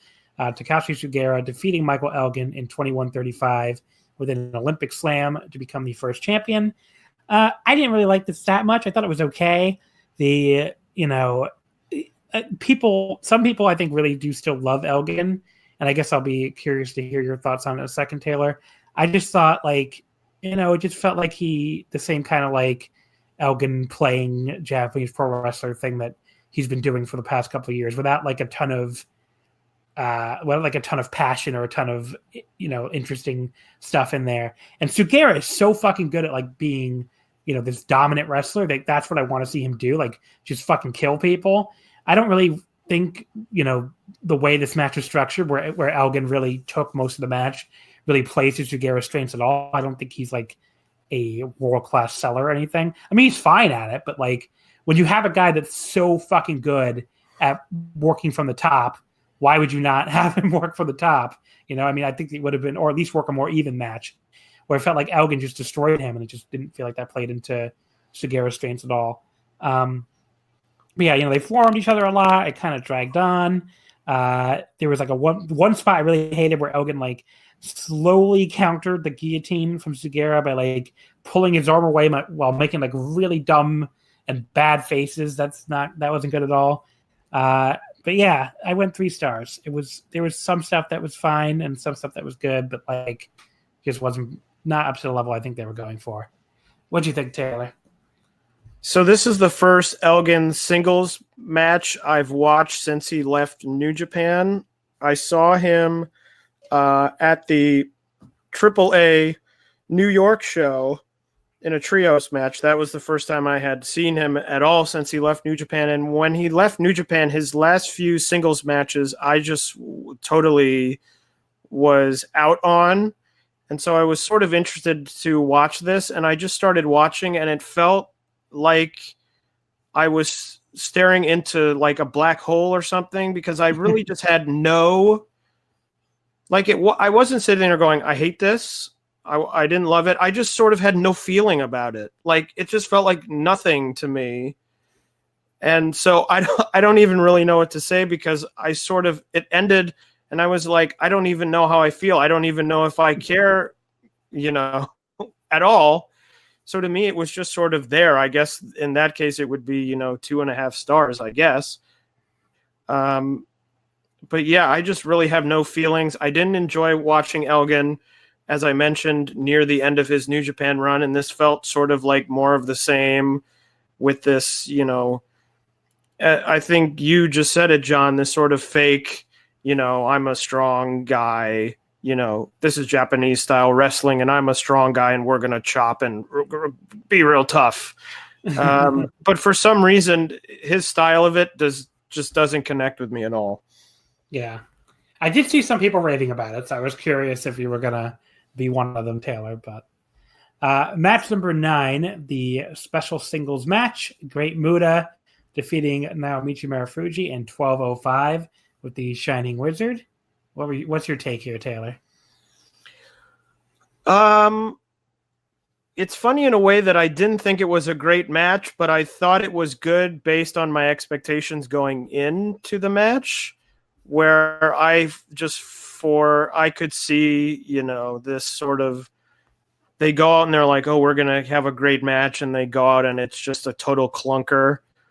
It was filled with all of these sort of gimmicks and, him spewing the mist and, lighting the fireball. And it was quick enough. I don't even remember how long it went. 12, Do you have 12 that, minutes. 12 minutes. 12 minutes. So it wasn't, I wasn't offended by it. Wasn't going, oh, this is so long. This is so long. So I thought that they did sort of the best they could do, considering it's Muta, who I'm surprised can really move around anymore. So again, I thought it was sort of the best version of what they could possibly do. Yeah. I had a real hard time trying to decide how to rate this, because I definitely liked it. It was very gimmicky, like you said. It felt like a fun spectacle. Muta blocking the chair attack with the red mist, and he attacked a cameraman for some reason and stole his camera for a while. That was really funny. He had another green mist on Marufuji after he hit the Shiranai. And then, like you said, he lit a fucking fireball in his face and then hit 3 straight Shining Wizards for the pin. It was never boring. It wasn't like an all-time great match or anything, but I went 3.5 on it, ultimately. It was a good match. It was a fun spectacle. It's not anything that, like, blew me away, but it definitely could have been a lot worse. Although saying he lit the fireball in his face is being a little bit generous as to where that fireball was located, because that was down near the crotch area, I would say. The GHC tag team titles, Katsuhiko Nakajima and Go Shiozaki AXIZ defeating Masa Kitamiya and Yoshiki Inamura in 17:02 after Nakajima hit the vertical spike on Kitamiya. So, Aaron, I know you didn't finish the match, but let's get you back in here. Do you have any thoughts on what you did see? Yeah, so just so this isn't like bizarre, I just had a work emergency today, and it just kept me longer than I intended to, so I wasn't able to finish this show after work like I'd planned to do. So it wasn't anything crazy. I was like almost, even though I knew we had 4 shows to talk about, so I didn't want to push this any longer, but I almost wanted to finish this match because it was a lot of fun to that point. I'm looking forward to finishing it later. I mean, Kitamiya here I thought was as exciting as he can be in a way, like just beefy, knocking people around. I enjoyed that. Nakajima was good as always. And this kind of harnesses the weaknesses of Shiozaki, I think, like having him in this sort of tag match. So I don't know. I was really enjoying it before I had to turn it off. Yeah. So I haven't seen as much Noah this year as I would like. And one of the things that people who have seen a ton of Noah, say is like Nakajima and Go AXIZ, which have a great name, by the way. I love just saying AXIZ. The clear tag team of the year. They're so fucking good. And I'm definitely going to go back and watch way more of their stuff for the end of the year now, because holy shit, this match fucking rolled. I went 4.5. I thought it was fucking awesome. There was some stuff early on that kind of dragged a little bit on Inamura that, at the very start before it got awesome again. But then Kitamiya tags in with his hot tag and just totally no sells, goes chops and DETs. That was awesome. Inamura, he starts just wiping dudes out with these sumo charge. He tears his straps down. Just as things are hitting a crescendo, that Masa falls off the top rope going to do the Doomsday device. But instead of immediately repeating the spot, he just fucking punches. I don't remember who the fuck was up on his shoulders. Nakajima. He punches him off the fucking shoulders from the mat, which was great. A great reaction, just falling off the ropes. There's an awesome near fall when Kitamiya hits a Saito suplex on Nakajima and dives in to make the save the last possible second. And then Nakajima reverses another one with a cross body, hits a ridiculous kick to the head, and then a brainbuster on Kitamiya. And I like that he pinned his ex-partner in Aggression here as the tag team. I think the tag team was The Aggression instead of pinning the younger Inamura. So that was a good, cool little touch. But yeah, 1702, 4.5 stars, fucking awesome. Right there with one other match is the highlight of the show. What'd you think, Taylor? I loved it as well. I think AXIZ definitely is the tag team of the year. I think we talked about it on the preview show. It's been a fairly light year for tag team work, and they've had a lot of really great matches. I love this match. I went 4.5 as well. I loved, sometimes, those sort of heat segments with Inamura in the, not specifically him, but with anyone in the ring while you're waiting for the hot tag can sort of seem long, but I actually really enjoyed this one. I love Nakajima going over to the other side to look down at Kitamiya still on the floor and just sort of staring at him and walking around mocking. I love that stuff. I thought it was an excellent match. Definitely up there with a lot of other matches that AXIZ has had this year. If you haven't seen them, if you're listening, or I know John just mentioned, they're going to go back. I would highly recommend you check them out because they've had a lot of really good matches like this one. So it's just another feather for their cap. The next two matches we can hopefully blow through because I want to get to another match that, I have a lot of positive thoughts on. But first of all, match number 7, the GHC Junior Heavyweight title, Hayata defeating Yohei in 14-11 with the headache for a second defense. I did not like this at all. I thought it was boring and sloppy. I usually like the Bertel's guys, or at least I did back when I watched Noah a lot more often, but I don't know. This did not impress me at all. This felt like the worst possible version of their I've seen Hayata and Yohei singles matches before that were way better than this. So I don't know what the deal was here. If it was stage fright from being in a major Sumo Hall match, or just they had a bad night, or whatever the fuck. I didn't like it. It felt like it went on an eternity, even though it was only 14 minutes. I gave them 2 stars for some nice little spots, I guess, but not very good. Aaron, what do you think? I kind of liked it, actually. I agree that it was too long, even though it was 14 minutes. But at the beginning, what I thought they were doing was taking a really short match and making it escalate quickly so that they could kind of have that progressive damage, but early in the match.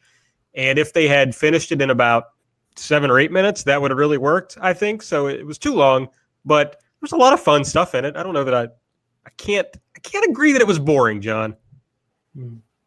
Okay. Defender of Japanese wrestlers, Aaron Bentley here, talking down to me, my famous hater of the style of Japanese wrestling. Taylor. Well, here we go. I thought it was 4 stars. Wow. I really liked it. I thought it was a lot of fun. I just loved it. I thought they did a lot of cool moves. No, but I really liked it. I liked these 2 guys. And I just sort of I just sort of enjoyed watching it for, they're doing the headache. I thought they did it. I actually thought, funny enough, the headache that won the match was the worst of the 3 headaches that happened in the match. I thought the first one through the ropes was really cool. And the second one, I don't even remember where it was. And then the third one didn't look all that good. So I was sort of bummed about that. But I just thought it was cool. I thought they went out there. I thought they did some big, took some big risks with the Hurricanrana or whatever it was off the apron. I thought that was cool. So I really enjoyed it. I went 4 stars. Yeah. That might be among the biggest gaps you and I have ever had on the show because we're usually pretty in line on a lot of stuff. Match number 6, the GHC Junior Heavyweight Tag Team titles. Daisuke Harada and Tadasuke from Hotels defeating Yoshinori Ogawa and Kotaro Suzuki from Stinger in 10:58 when Tadasuke used the Outcast on Kotaro Suzuki to become the new champions. My main thing here is good for Tadasuke. He's a guy that's been around forever. Goes all the way back to like Osaka Pro, and I saw him in Chikara back in the day and enjoyed him. And I don't know, he's just a guy that I like, even though he's not like great. Really, he's one of those wrestlers that like I could tell is not super great. That I just have a little soft spot for because I just happened to see him a long time ago. So it's cool to see him win a title in Sumo Hall. It's not something, if you would ask me like 5 years ago, will Tadasuke ever win a title in Sumo Hall? I would have probably told you no. So that was pretty cool. I enjoyed this match. It wasn't anything super special, but it was a fun little fast-paced tag. I went 3.5 stars on it. What'd you think here, Taylor? I thought it was fine. I think my expectations maybe were a little bit high. The last Suzuki and Ogawa match I saw was when I was there live for the Misawa tribute show against Hayata and Yohei, which I thought was a really great match. So I think my expectations were a little high. I thought it was fine, but it didn't blow me away.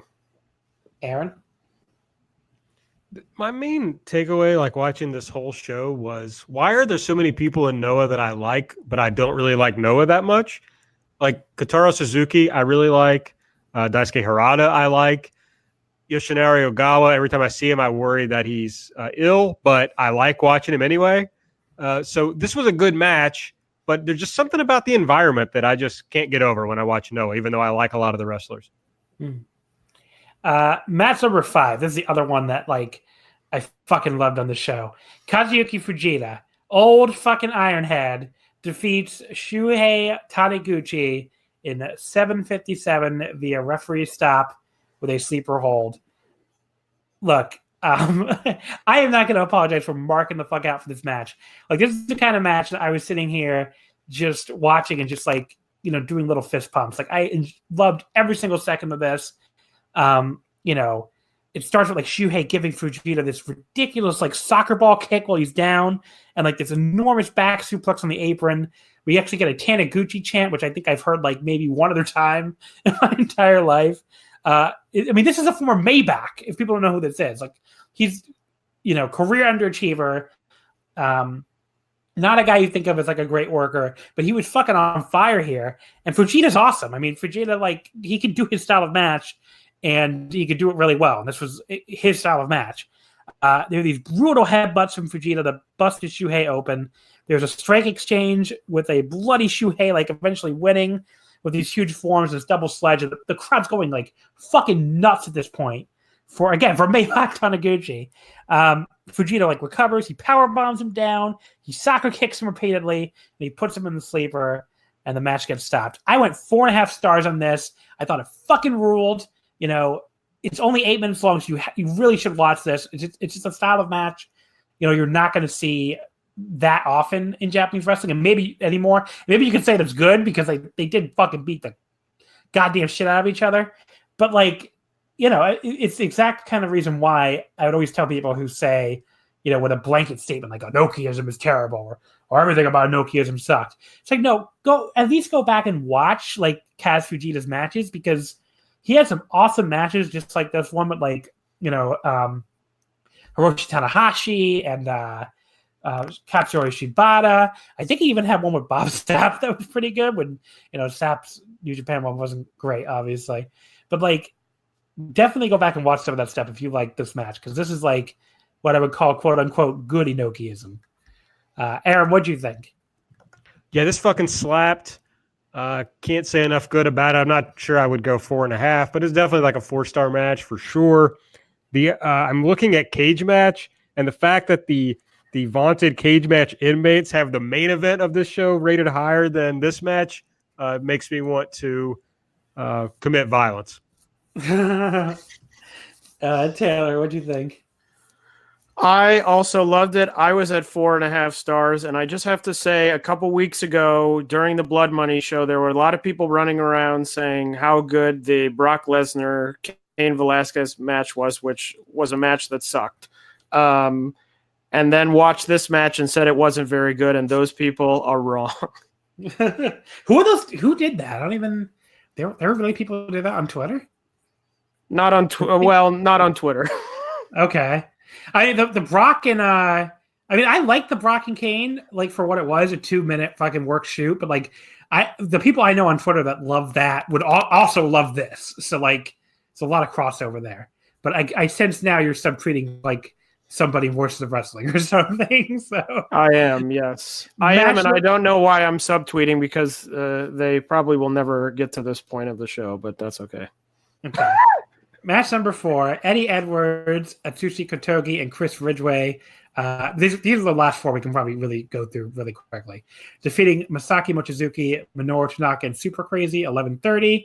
Edwards used the Boston Knee Party on Super Crazy.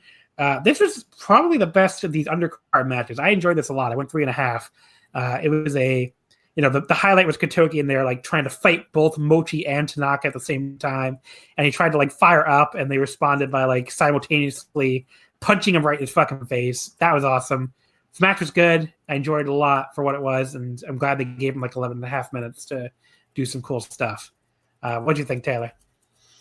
I liked it. I thought Chris Ridgway looked really good. I hadn't seen him for a while. I thought he looked good, except he had one spot where he went for a knee strike and he was too far away and it looked sort of awkward. But that was my main takeaway is I thought that he's obviously fitting in very nicely in Noah and, hope he gets to stick around. Aaron?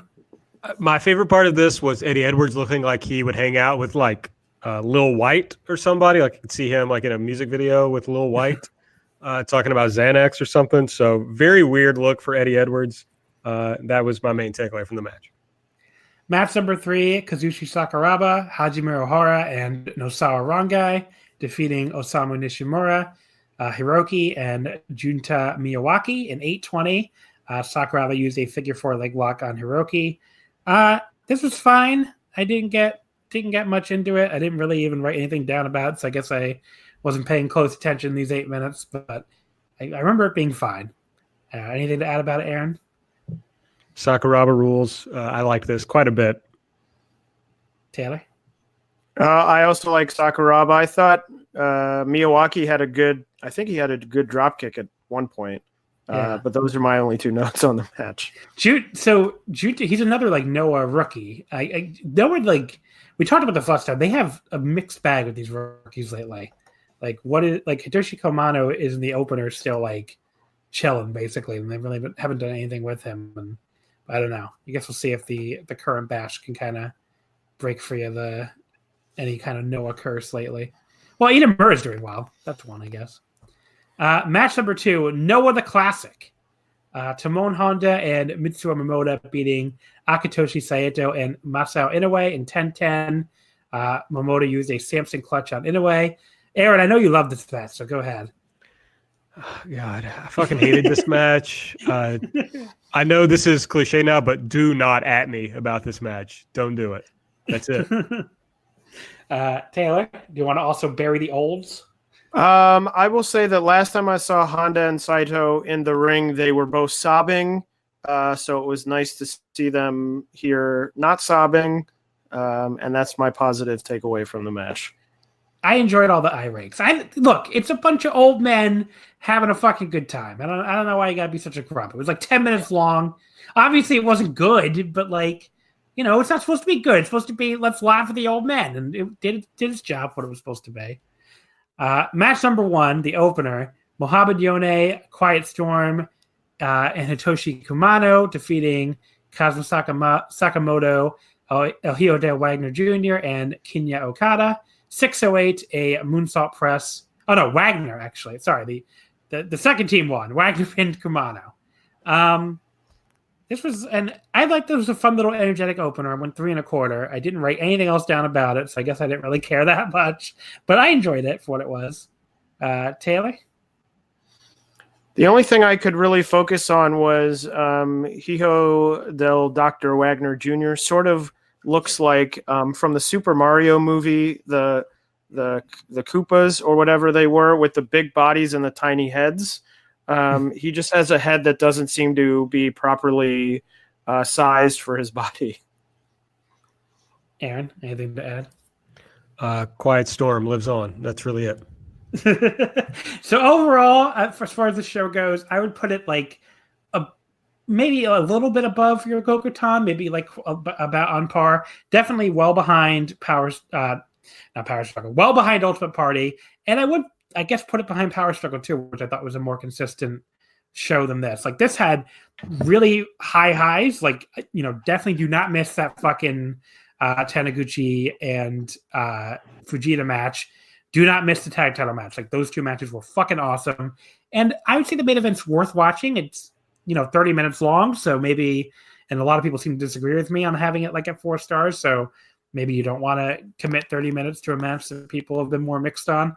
But the rest of the card, it's like very, you know, whatever. Like not, you know, it's an 11 match card. I would say 3 of the matches were really awesome. A bunch of other stuff was good, and then there was a mixed bag of other stuff. So, you know, about on par with Ryogoku-tan. I probably enjoyed myself a little more than watching Ryogoku-tan overall, but, you know, definitely cannot touch Ultimate Party for the best Sumo Hall show of the weekend. What do you think overall, Taylor? I thought it was leagues better than Ryogoku-tan. But I would still have it second behind Ultimate Party. So in a way, I agree with your ratings. I was a little bit higher on the match in the middle, and you were a bit higher on the main event, which I think evens out. I really would have thought it was what would have put it over the top is a really, really strong main event, which I didn't think it had. But I still think it was a fairly strong show. Aaron?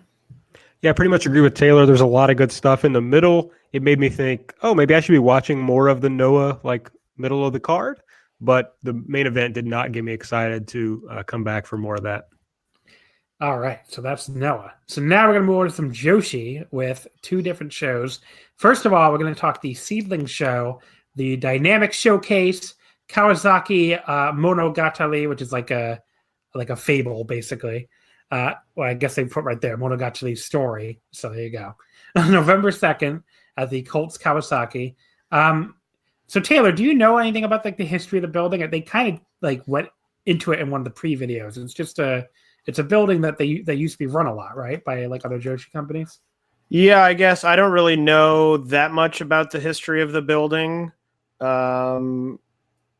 And, you know, I did really love the videos, but I sort of got them, got the appreciation out of them visually as opposed to what they were actually explaining. You know, you can sort of get some of it, but not all of it. But I'm far from a Joshi historian, so I don't know too much about the history of the building. Yeah. As far as like the actual show itself here goes, I thought it was a really strong show, and we'll talk, especially the last 2 matches we'll talk about here. So we'll talk about starting from the main event, the SEAdLINNG Beyond the Sea singles title, hair versus hair match. Arisa Nakajima defeating Nanae Takahashi in 26:08 with the DD. Is it DXD or DD? Taylor, do you know? I think it's DXD. Okay, because sometimes when like they put that little X there, it's not meant to be pronounced, so that's why I was a little. But yeah, so DXD, that's fine. The second defense, this was fucking awesome. I mean, like, I kind of suspected it would be going in. Like, I thought it was, just these two. They've had awesome matches before, both with each other and with other people. This was a hair versus hair match. So I figured they would be like really going all out. But my God, like this, I had high expectations, and they were like well exceeded. It just starts out with like Nanae like slapping her right in the face when she's against the ropes, and they just already were beating the piss out of each other pretty much right from the opening bell. At one point she just murders Arisa in the corner with these slaps. And then Arisa, she keeps going for this arm bar, which I thought, kind of did eventually pay off towards the end of the match. And then, she just keeps beating the piss out of Nanae, but Nanae kept shrugging it off.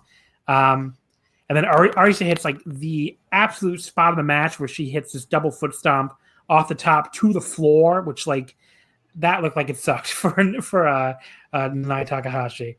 And then like, they do this like, the forearm exchange in Japanese wrestling, you could say is a little cliche, but at one point when they're doing this like forearm exchange, Nanae gets so pissed off at her that instead of continuing to do the forearms, she just like chops her right in the fucking back of the head, or like does this forearm chop right in the fucking face, basically, or right in the throat, I think actually. But it's like this backhand chop right to the throat. It looked so sick, and it came right after like one of these forearms. So that was just like probably my favorite moment of the entire match.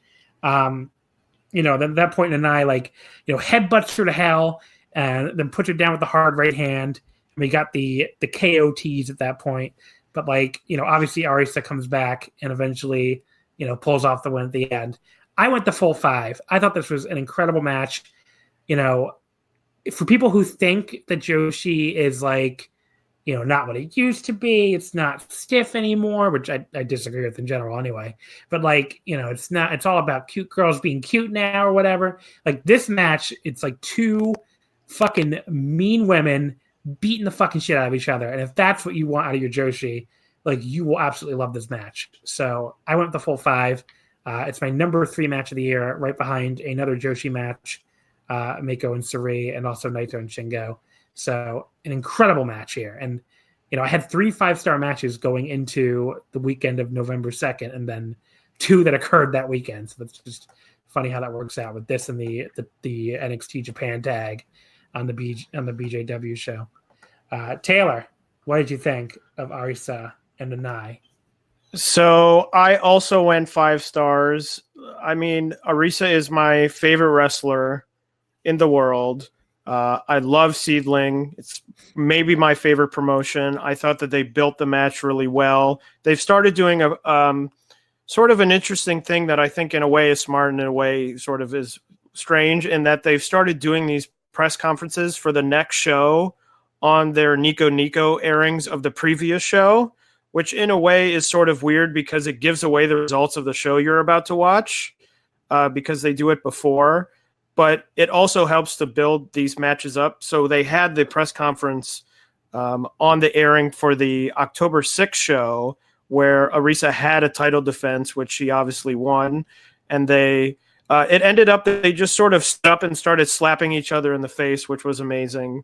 Last week we came on here and we took out a victory laps. And I know in the Voices of Wrestling Discord, there were some people who were not super happy with us. Well, one guy, or maybe, there were some silent people agreeing with him, who were not happy with us taking victory laps. But I do have to say this. I was on this podcast, I think just about a year ago, maybe exactly a year ago, right after they did the Beyond the Sea title tournament, where Nanae won. And there was a lot of people on Twitter, and I think, John, you agreed, thought that Arisa should have won.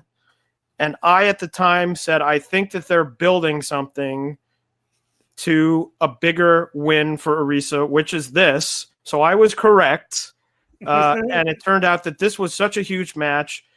The funny thing was I gave it 5 stars, but it feels a little bit like some of the later Okada Tanahashi matches, in that I sort of in my mind recognize that move for move, I think there's probably Arisa matches that I've enjoyed more, but the story for me puts it so over the top that it was an easy 5.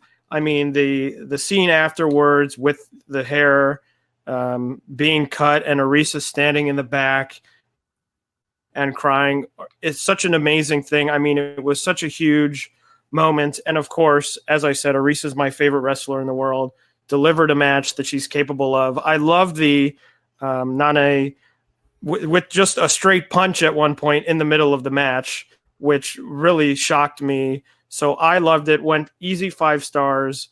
I don't have my 5-star matches sorted yet, so I don't know where exactly it's going to fall. But I can I would imagine it's going to end up pretty high in my end of the year rankings. Aaron, are you gonna rain on our parade here? Did you fucking hate it?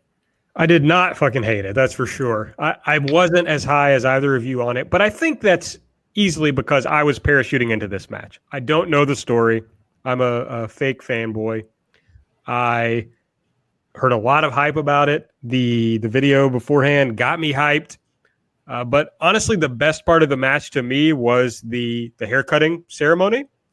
Like, the emotion there was palpable even to someone who didn't really understand exactly what was going on story-wise during the match. And I think this really dovetails with what Taylor was saying, was that the work was excellent to me. Like, the work was very good. There were, some of the smoothest joshi work I can really think of. Like, there's a lot of stiffness here, which is fun. I liked just how hard they were hitting each other. But a lot of the transitions and stuff were really smooth. And I was like, oh, this is like noticeably really good.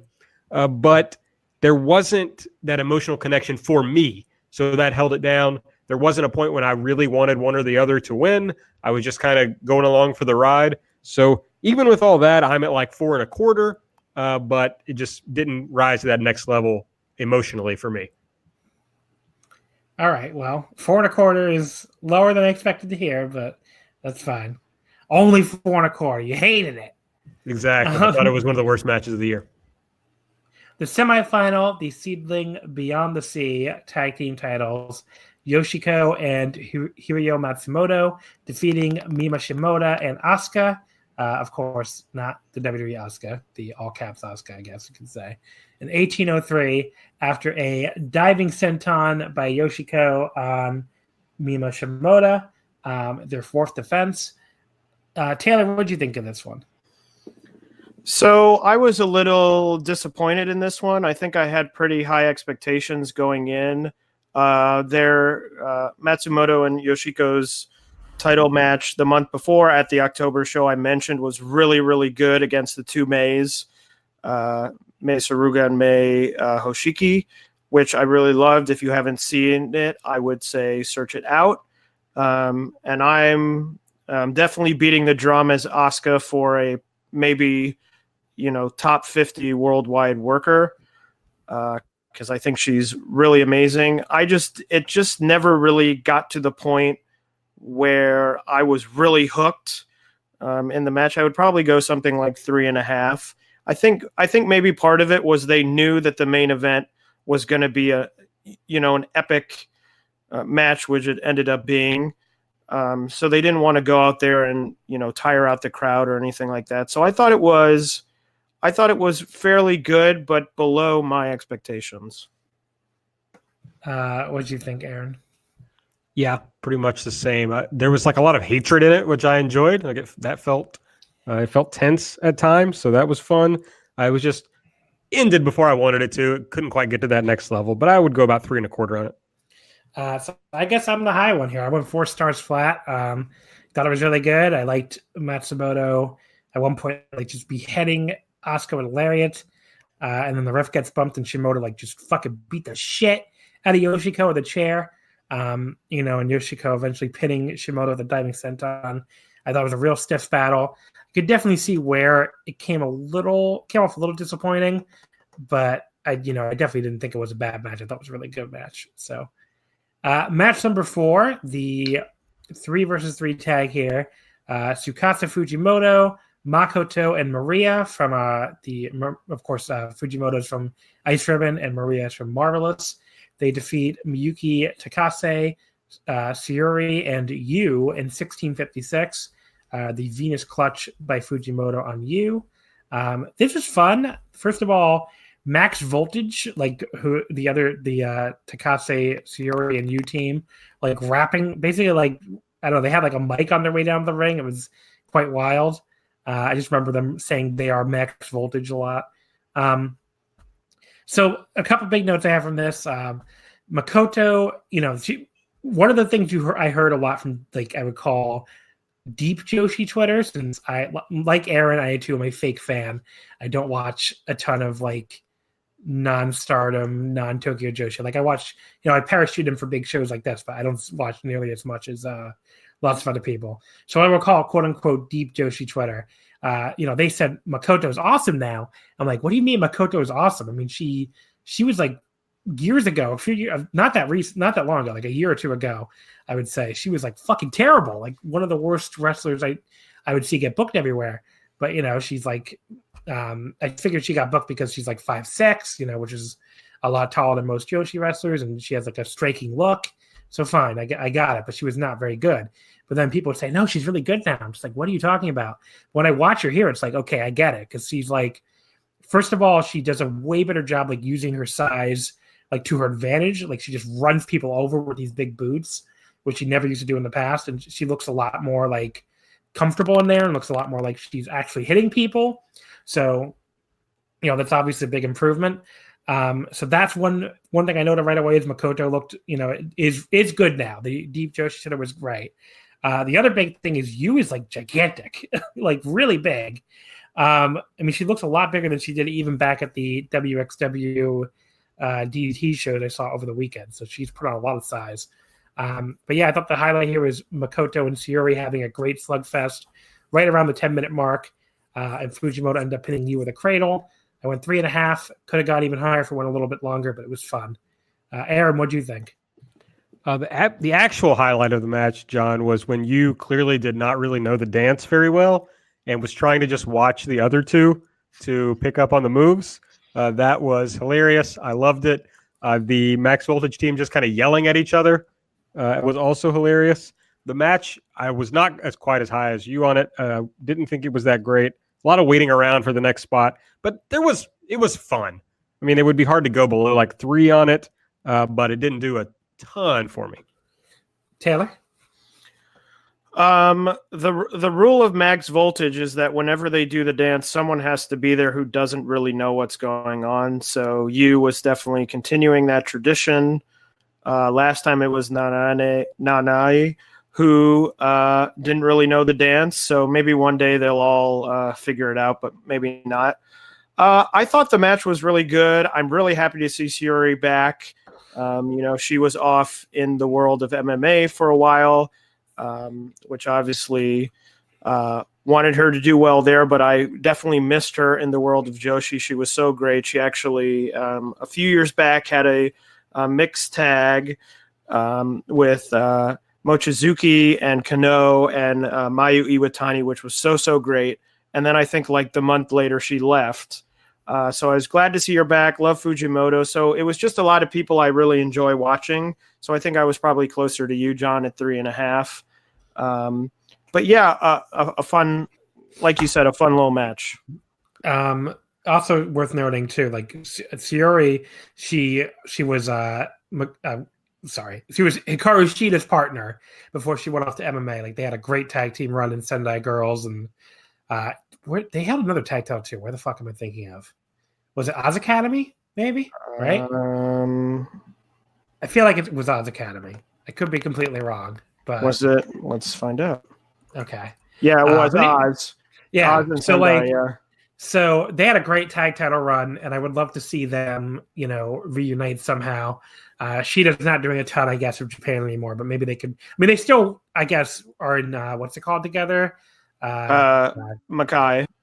Thank you. Makai, and they have tagged together occasionally before Shida left, and I think they either tagged together or they faced each other on Shida's farewell show or whatever that show was called. So Sayuri, they should bring in Sayuri to AEW. That's where I was going with this, and have the two of them team. So there you go.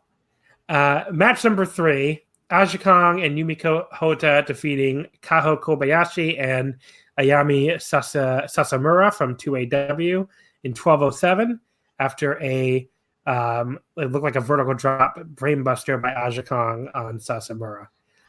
What do you think of this one, Taylor? I enjoyed it. I didn't have too many thoughts on it. I am interested to see, Ayame and Kaho. Kaho's sort of she went to Mexico for a while. And she sort of come back and floated around. So I'm not sure really where she ends up. And I don't really know, SEAdLINNG only has 3 actual roster members on their roster, but as they sort of add, they now have 2 titles. They now have these sort of factions with Max Voltage and Selfish Strawberries. So they seem to be putting more and more things into sort of the basket of a promotion that's becoming more serious as opposed to what it started as, which was sort of a way to get Yoshiko bookings after she left Stardom. So I'm interested to see if someone like Kobayashi or Ayame, who's in 2AW, which is sort of no offense to them, a dying promotion. I would like to see them sort of move over and become more regular in SEAdLINNG because I think that they're really good young wrestlers.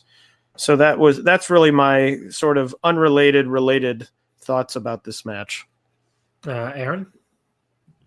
Yeah, I thought Kaho Kobayashi was kind of the most interesting part of this match. Somebody I wasn't super familiar with that I thought I might want to seek out more of what they're doing. But it was a fine match, and it got me interested in little Kaho.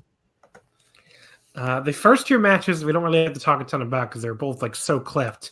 You couldn't even make much of it out. But the second match was the special high-speed 6-person tag. Himika Arita, Leon, and Yosuke Santa Maria from Dragon Gate defeating Chikayo Nagashima, Hibiki from Marvelous, and Hiroshi Yamato, the male freelancer, in 11:43 after Leon used the Clutch of Gao on Hibiki. And the opener was Das Chisako from Sendai Girls defeating Mikoto Shindo of Marvelous in 9:46 with a diving foot stomp. The opener especially, like that looked a lot of fun from the 2 seconds they let us see. So I wish we could have seen that full match. But any thoughts on these very clipped matches, Taylor? Yeah, it sort of is a bummer on these samurai shows that SEAdLINNG gets on, that they really do so much clipping of these lower matches, because I was excited to see both of these matches. The high-speed match, definitely interesting. A payback from Dragon Gate because Nanae was on the Sendai show that Dragon Gate did recently, which was very interesting. A group of people who you probably will never see in the ring. Again, Hibiki is the sort of newest Marvelous rookie.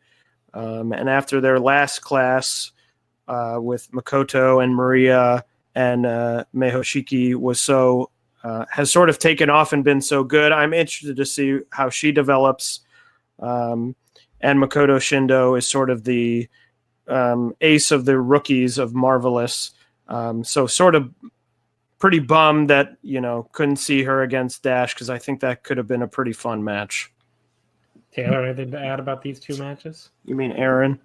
Oh, sorry, Aaron. Just the first one, I was really bummed when it started. It was clipped because I watch a lot of Sendai Girls, and Dash is one of my favorites. I'm trying to think if she's not other than Sari, and she's probably my favorite. And Mikoto Shindo is also one of my favorites in that promotion, especially of like the rookies that they use most often. So I would have loved to have seen this whole match, but I'm sure they'll do it in Sendai Girls again soon. So overall, obviously the main event's must watch. The rest of the show, I mean, it's only about 2 hours with all the clippings, so like you can watch all of it pretty easily, but definitely recommended to watch. Anything to add about the entire show, Aaron? No, so this was the first time I've watched like a full SEAdLINNG show. So people are probably turning this off now that they know they've listened to the thoughts of a total virgin. But there were definitely parts of it that made me want to get back in or get into the promotion. So I think it did its job for a first-time viewer. Taylor? I thought it was a good show. The thing I'm probably most excited for, I mean, beyond that, the main event was so great, was I love the as I mentioned, SEAdLINNG sort of started as this, promotion where they were just sort of putting together matches that they like to see, and they've added these titles and they've sort of become more of a promotion. And I loved the idea of long-term storytelling. I think sometimes in some, not all, but some joshi companies, that sort of can get lost where they're just sort of mixing and matching a group of, X number of people who float from promotion to promotion. So I'm hoping that this will inspire SEAdLINNG to do some more of these sort of long-term storylines and payoffs. All right. So we're going to move on to our final show, the Stardom Best of Goddess 2019 from November 4th at Korakuen Hall. So we start with the main event again. The World of Stardom title, Mayu Iwatani defeating Bea Priestley in 2023 with a Dragon Suplex hold. So Bea fails in her 6th defense, and Mayu becomes the 12th champion. Aaron, as the resident Bea Priestley defender, why don't you start us off here? What do you think of this main event? Yeah, this banged. Title reign. This match banged. It was excellent. I've been saying excellent a lot lately. I apologize for that. But it was really good. So I went 4 1/4 on this match. I think I'm the high person. Well, I don't know yet what Taylor's star rating was, so I'm excited to hear that. So people, when we're talking about Bea's title reign, I think it's unjustifiably gotten a lot of crap in a lot of ways because the work has been really good. I think people are just wrong when they say that Bea's not very good. I think that's just objectively incorrect. But she obviously is not over to her push in Stardom. There can be no question about that. And Stardom did everything they possibly could. I mean, she beat everybody other than Mayu. I mean, she beat Utami, she beat Momo, she beat Kagetsu. I mean, she beat Hana. So she got all the big scalps, and the fans never really bought into her. I'm not exactly sure why that was, but I still think she had good matches. But when people say that she's not very good, I'm guessing there are a lot of people who think that the crowd really got into this match because of Mayu. But it's just not true this crowd was going crazy, and it's just not true that crowds get to that level of interest in a match when they're only interested in the babyface. I mean, the heel has to be doing some work to get heat on the babyface, get the crowd wanting to see the babyface come back. And Bea did a great job of that in this match, and the crowd was going nuts for Mayu. So, that's what she's supposed to do, and she did it. So I'm excited. I hope that I would like to see her do more of this tag that they're doing with Jamie Hayter. I think that's a good spot for her. I hope that they're going to continue to feature her at a high level, but they got to figure out something else because the crowd just has not taken to her. Taylor? So Aaron, you are not the high. Yes, because I was also 4 1/4. Woo. I really liked it.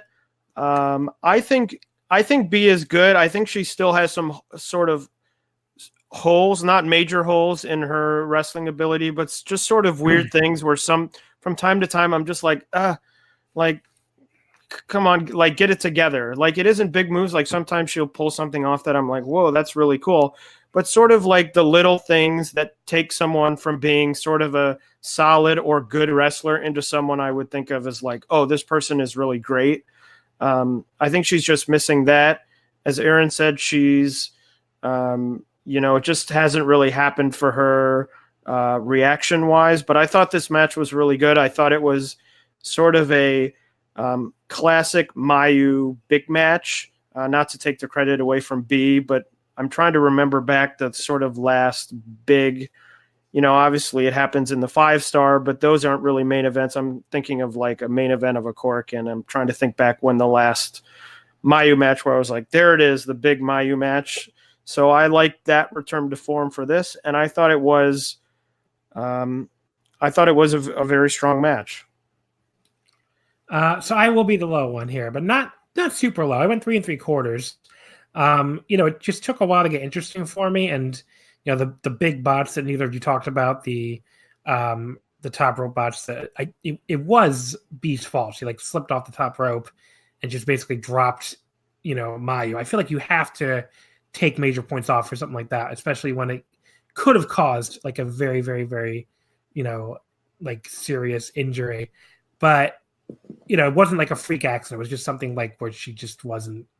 I don't know. I mean, I guess you could call it a freak accident, but it wasn't a she tossed her and she just landed wrong. It was she was trying to do, they were trying to do the Rana and she slipped and they both went down. So like I find her to be sloppy like that in general, like a lot, which is probably my biggest problem with her. And there were a couple other spots in this match that didn't look as smooth as they could have. But I don't think Bea is bad. I just think maybe she doesn't quite have the level of, like the level of work you want to see for someone in this role. I think probably as far as like Gaijin go, I think probably, Jamie Hayter's pretty much already at that level where I would have rather seen her in this role maybe. But, it still was a very good match at the end of the day. Besides the big botch and some other issues, I thought, the match was really good. It was awesome with Mayu. Like when Mayu got up from that fucking scary botch and just started laughing like a maniac and German Bea and hit a big German suplex on Bea. That was awesome. There's this awesome spot where she reversed an Ocean Cyclone into a reverse Rana and a really tight looking cradle, which I almost wish had been the finish, but she did eventually put her down with the Dragon Suplex hold. So really good match. I'm glad that Mayu finally won the red belt again. She, has long deserved it. And she called out Kagetsu to be her first challenger next month at Korakuen, which is a match I'm looking forward to. The semifinal, the Wonder of Stardom title. Speaking of Jamie Hayter, she lost to Arisa Hoshiki here in 11:34 with the Shining Impact, the 7th defense for Arisa. She's already halfway to Momo Watanabe's 13 defense record, which is kind of crazy. This was really good as well. I thought Arisa just going nuts and wiping out Jamie with 4 straight knee strikes for the pin, which was a really great finish. Which that elevated a little bit for me. Just the really fast ending too, just in general elevated it.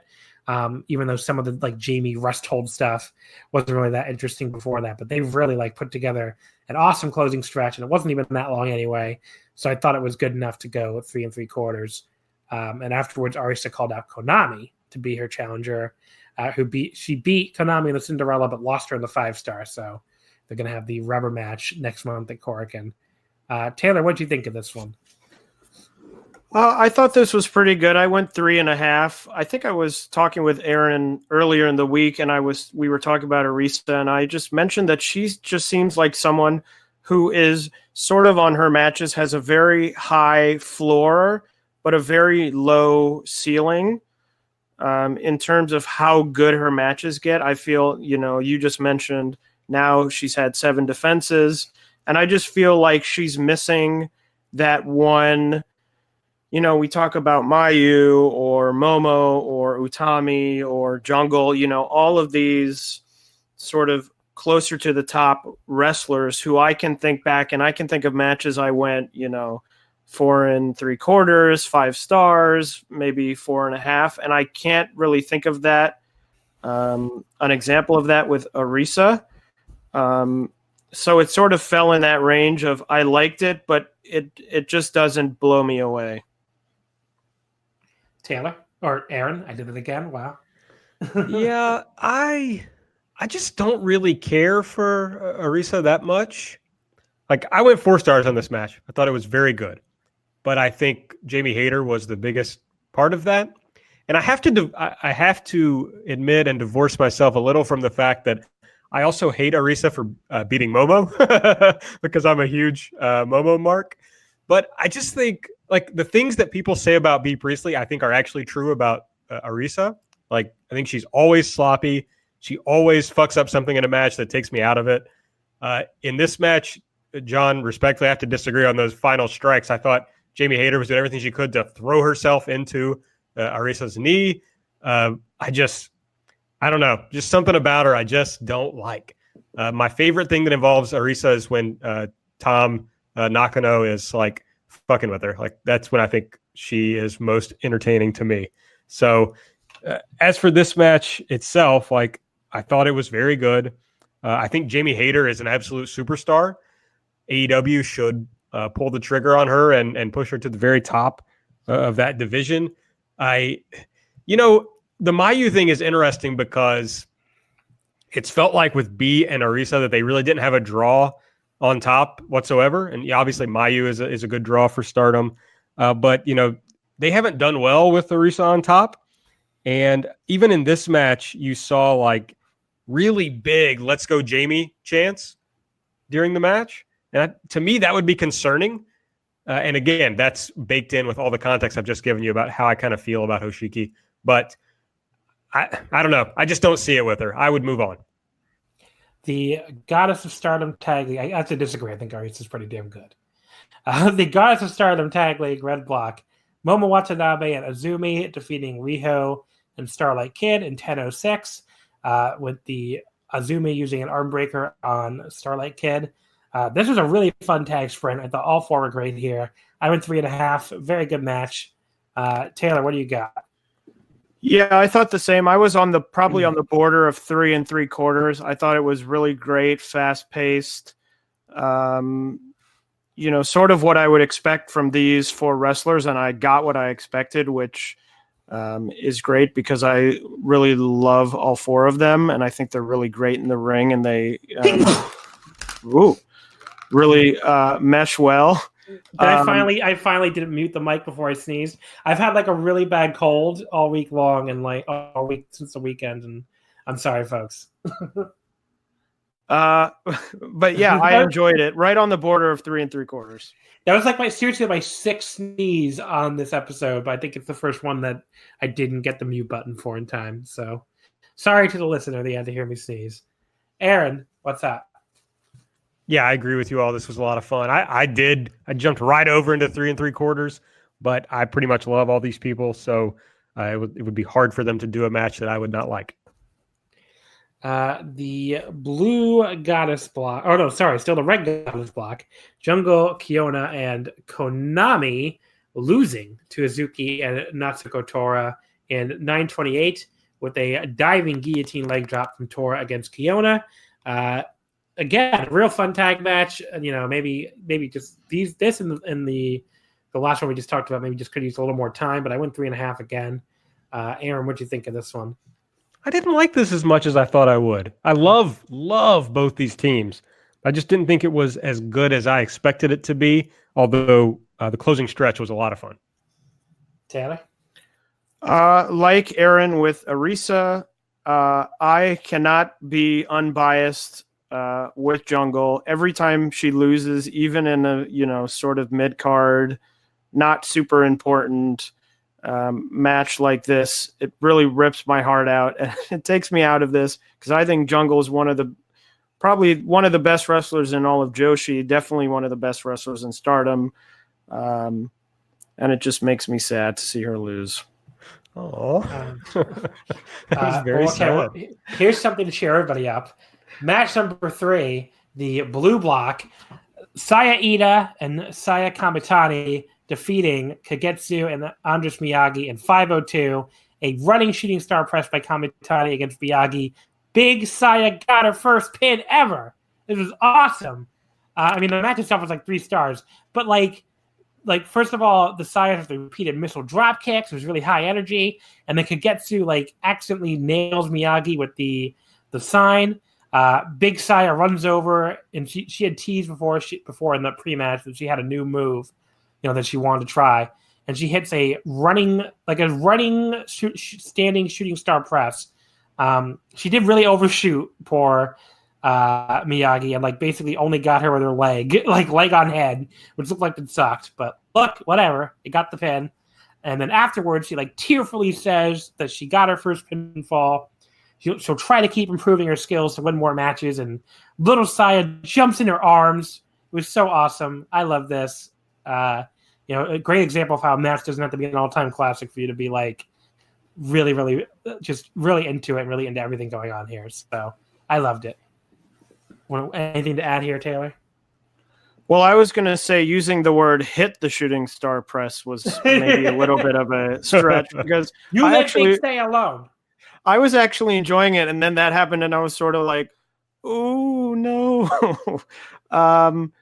But yeah, it was good. It's been it's always sort of fun to see the type of things that sort of the Joshi, the world of Joshi fans hooks onto. So it's been fun to see them hook on to the Sayas. Just wish she had really nailed that shooting star press. That would have really been great. Aaron? I somehow did not get spoiled on Big Saya getting the pin here, so I didn't either. That made it even better. Yes, I was so excited. It was, yeah, I mean, you all said everything that happened in the match, basically, because it was pretty short, so I won't belabor it, but it was a lot of fun, and I'm just happy for Big Saya. She deserves it. She's great. She deserves everything. Match number 2, the special tag 3-way. Hana Kimura and Bobby Tyler defeating Sumari Natsu and Session Moth Martina, and also the team of Tam Nakano and Saki Kashima in 8:49. Kimura used the hydrangea. I can never remember how to pronounce this. Martina. This was okay. I went like 2 3/4. First of all, Natsu and Martina were drinking like 40 ounces of acai in the back. Great taste, but also kind of makes them like salarymen, basically, which I thought was funny. And then Bobby had like a Martian from Toy Story, and she dropped it. And Hana, she's supposed to be like a fucking general or whatever, and she was pretty damn quick to declare the Martian dead. It's like abandoning troops in the field. I don't know if this is a great leadership here from Hana. But yeah, and like all the base stuff was like the pre-match stuff, because then Natsu and Martina had like the most ridiculous like beer spitting entrance. It was awesome. But yeah, the match was fine. Anything to add here, Aaron? I will just say that if it's still up, Tom had a Instagram story where she was dancing to Boom Baya by Blackpink, and I just highly recommend that for everybody. Taylor? Yeah, I don't have anything to add. The opener, Zoe Lucas defeating Rina and Hina in 3:43 with the Lucas landslide. The best stuff here is all the promo where like Zoe Lucas gives this pre-match promo where she basically has like an existential crisis about aging, because she's like realizing how young Rina and Hina are, and she's like, do they even remember the Spice Girls? I'm so old. She's like freaking out. The best part of the actual match, which again was very short anyway, was her like patting their heads and like, pinching their cheeks and be like, oh, you're so cute. And then they kicked her ass, which was great. And pretty much anytime I see Rina and Hina fight, it's like they look way too comfortable fighting each other. It's like, you two do this like all the time, don't you? I mean, they're both like what? They're both judoka. So I guess it makes sense. They just practice judo on each other. But they're like throwing each other around with these fucking judo throws. It's just like, this is like every day for the two of you. I get the feeling that you're just doing judo throws on your sister. But what do you think of this quick opener, Taylor? Yeah, I thought it was good. I thought Hina and Rina had a good strike exchange at one point. I did spend a lot of the match thinking to myself whether Japanese people would know the Spice Girls. Well, older people would, for sure. Do you, in Japan, you think so? Yeah. I mean, American pop music is very big in Japan.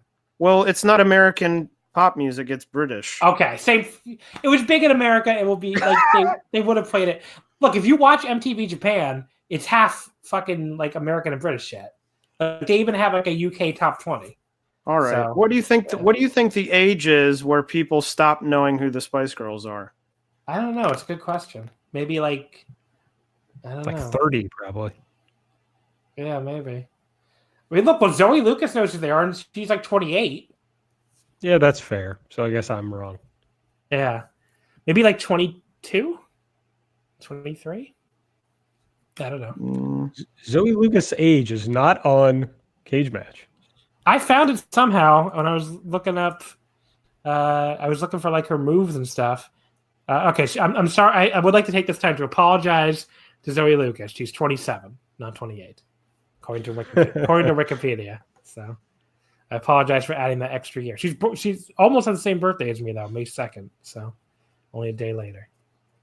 Don't know what this means exactly, but anyone have any more fucking thoughts on this fucking stupid match?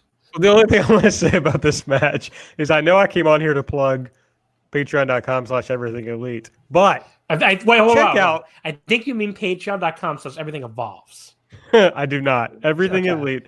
Okay. But I tell everyone you should also check out Zoe Lucas's Patreon. It is essentially one large exercise in fin doming, and I just highly recommend it to everyone. Wait, she has a Findom Patreon? What the fuck? Yes, she does. What The that's highest awesome. tier is $100, and for your $100, you get literally nothing. That does roll. That does roll. She rules. Yeah, Yeah. it's always good. But yeah, so there you go. That was the Stardom show. A fun show overall. I mean, there was nothing like bad on the show. So I don't know. Any final thoughts, anybody? No, I thought it was good. Looking forward to the Mayu red belt reign. Let's see what happens. All right. So, folks, that'll do it here. Aaron, you just plugged it, so I guess go ahead and plug it again on your Twitter, whatever else you want to plug. Yeah, I'm on Twitter at Aaron Like the Car. Make sure you check out patreon.com/everythingelite and give it a shot. See if you like what we're offering, and if so, we will keep providing it to you at a low cost of as low as $3 per month. So check it out. You can hear me talk about AEW, Stardom, maybe some New Japan, and bullshit about leftist politics with Aaron Taub. Go ahead, Taylor. What do you want to plug? So as always, you can find me on Twitter at Tamaimbo, Tamaimbo. Catch me writing for Voices of Wrestling, although I don't know what will be next. Although I guess at this point, look out for the New Japan ebook, which will be coming in about a month and a half. Hey, Taylor, I can think of something. We'll need some writers. World Tag League. Wow, that sounds so interesting, but I think my schedule just became very busy, so unfortunately I won't be able to make it to those reviews. Okay. But yeah, so keep your eyes on Voices of Wrestling. And this is the part where I tell you, folks, I mentioned this last week, I think, but we're taking not a long break, a little break, because this weekend is Anime NYC, the big giant anime convention in New York. So I'm going to be attending all 3 days of that. So not going to have a lot of time to watch anything or record anything or anything. And I do want to mention too, if you happen to be going to that convention, Friday at 4:30 p.m., I will be hosting a panel on New Japan Pro Wrestling. So there you go. If you want to come check out my panel, I've done this panel at a number of different cons before, but this will be my first time running at Anime NYC. So I hope you'll come check it out if you're there. It's in room 1E17 at 4:30 p.m. Anime NYC this Friday. So if you happen to be coming to the con, or just if you want to just pay $70 for a badge, just come see me. I'm not gonna. If you're in the New York area, I can't argue. Anyway, so that's what I'm doing. So we're gonna take a little bit of a break. Not quite a full 2 weeks because I'm gonna be recording probably a week from Sunday, so like the 24th, I think. But it'll be a good little transition to our year in review series. So this is like the last episode before we, the last, I guess, quote unquote, regular episode of the year before we start the year in review series. And the first year in review episode is going to be all about DDT. I have a great guest lined up for that, Jamie, who runs the Dramatic DDT blog. So Jamie and I will go through the entire year of DDT. We'll also talk, I guess, the Korakuen that's going to happen that day. And it's great in time for us to preview the DO, which starts a few days later. So that'll be a fun time. The year in review series kicking off at DDT. A little bit of a wait for that. Not quite 2 weeks, but a little under 2 weeks, depending on when you're listening to this exactly. But look out for that in, like I said, about 2 weeks. Follow us on Twitter at WrestleOmakase. Not wrestling. Wrestling wouldn't fit. In the meantime, folks, thank you as always for listening, and we'll see you next time.